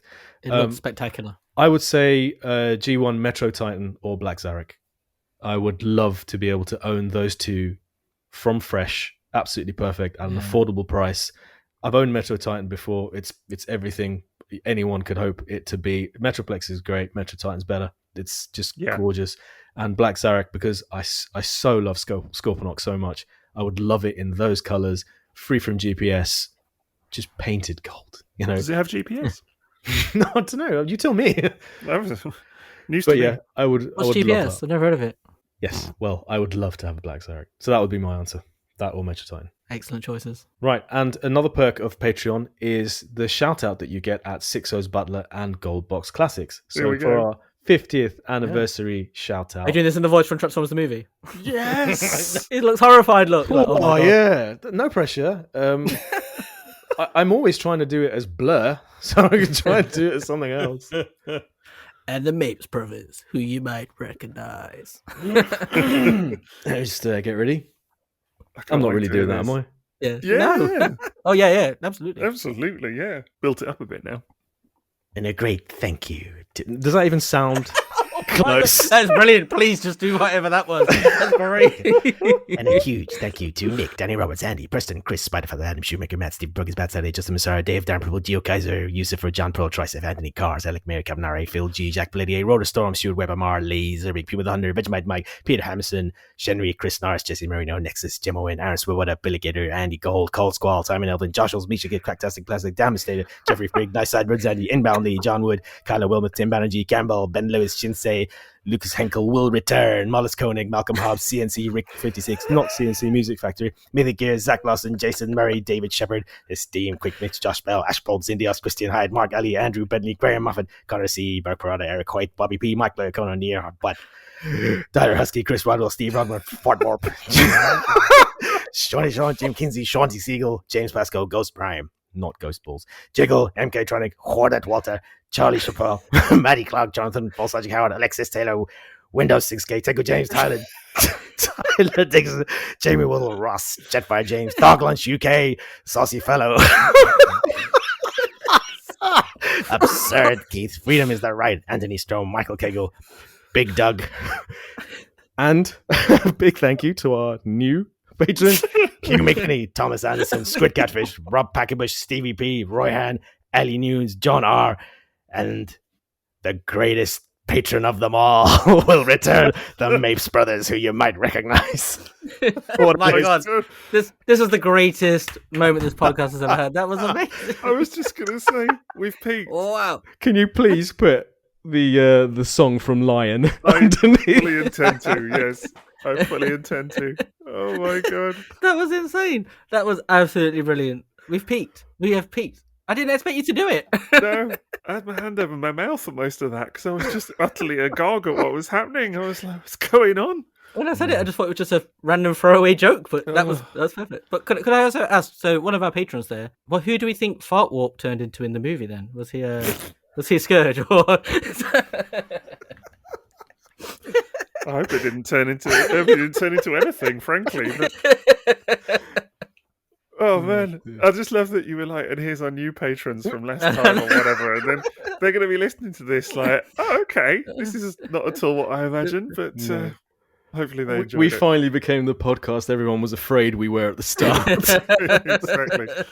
Oh dear, brilliant. Amazing. Well done, mate. Well done. Great fun. Well, it's got to be done for the old 50th episode extravaganza, hasn't it? And we didn't really say at the start, but I meant to... I couldn't have gone the whole evening without mentioning just a big thank you to everybody that's listened, supported us, and especially, obviously, our patrons, because we frankly wouldn't be here without them. It's fair to say. Yeah, and they're all amazing. You know, if ever... Obviously, we do big perks, and there are lots of stuff that go into our Patreon to make it what it is. But it makes such a difference to us running this pod for absolutely everybody that signs up at whatever level, even if it's just £1 a month to keep us going. So it truly is appreciated. Yeah. And lots of you listen for free, and that is great as well. We appreciate that support also. And this is, 50th episode for us, but also kind of our 2nd year anniversary, 2-year anniversary. And we are just blown away with the level of support and enthusiasm we've had for this pod, and we couldn't be happier, frankly. And thank you. Yeah, thank you all. We are constantly surprised by the number of people and the sorts of people who listen to this podcast, and we're extremely grateful. And also thank you to all of those who are on our Discord channel, who we get to drop our content and then go there and hear your amazing feedback and discuss it with you, which is just an absolute pleasure. It's just a joy to chat to people on there, isn't it? And it's so nice. I can't believe we've made it to 50 episodes. I mean, it's just an incredible feeling, really. It doesn't feel like that at all. Ridiculous. Well, sometimes, maybe. But not to mention 40-something minisodes and whatever else besides. So, but yeah, one of my favourite moments of the week is when new content drops, which for us is twice a week now. Mm-hmm. And if you follow all of our kind of tiers and stuff, and it's when new content drops and you go on Discord and immediately people are like listening to it and sharing their reactions and stuff, and you get to kind of hear it in real time. I think that's brilliant. Yeah, we've met so many nice people on there. It's a very nice community of people. For sure. Agreed. So thank you, everybody. Yeah, thank you. Should also say a big thank you to our sponsor for the evening, which is TFSauce.com. As you heard earlier, do go and check them out for all your Transformers and third-party needs. They've been wonderful at continuously sponsoring this pod, and we are appreciative of it. And as you made it this far, the one thing you don't have to do tonight is you don't have better things to do tonight than buy. Because you can head over to our Rebel store, and you can find all sorts of merchandise as we've spoken about, and you can find that at rebel.com/people/triple takeover/explore. And as we did say, there are a lot of things that we haven't spoken about tonight in as much depth as we'd like to, but we're going to talk about those in minisodes and things like that. But if there's anything you really want to speak to us about, you can just hit us up on social media. You can find us on Twitter and Instagram at _takeover and at triple takeover, all one word, if you fancy hitting us up on Facebook. Oh, and we're on YouTube as well. Worth mentioning that. We're back on YouTube. Some of you may have heard us previously on YouTube, and then we took a little bit of a sabbatical, and we've decided that it's worth a go after all. So we're back on YouTube. We're just currently updating our back catalogue. We'll get that up to date ASAP.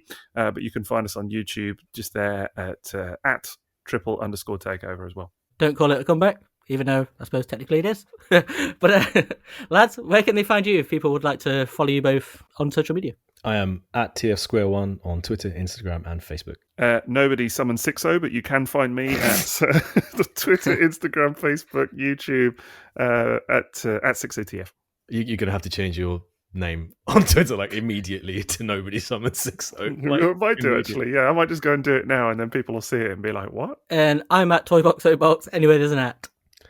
Thank you so much for joining us for this 50th extravaganza. And looking back now, I don't think we could have picked a better topic than something we are all so deeply in love with, which is connected to our love of Transformers and of this podcast. So there's nothing else left to say but till all are one.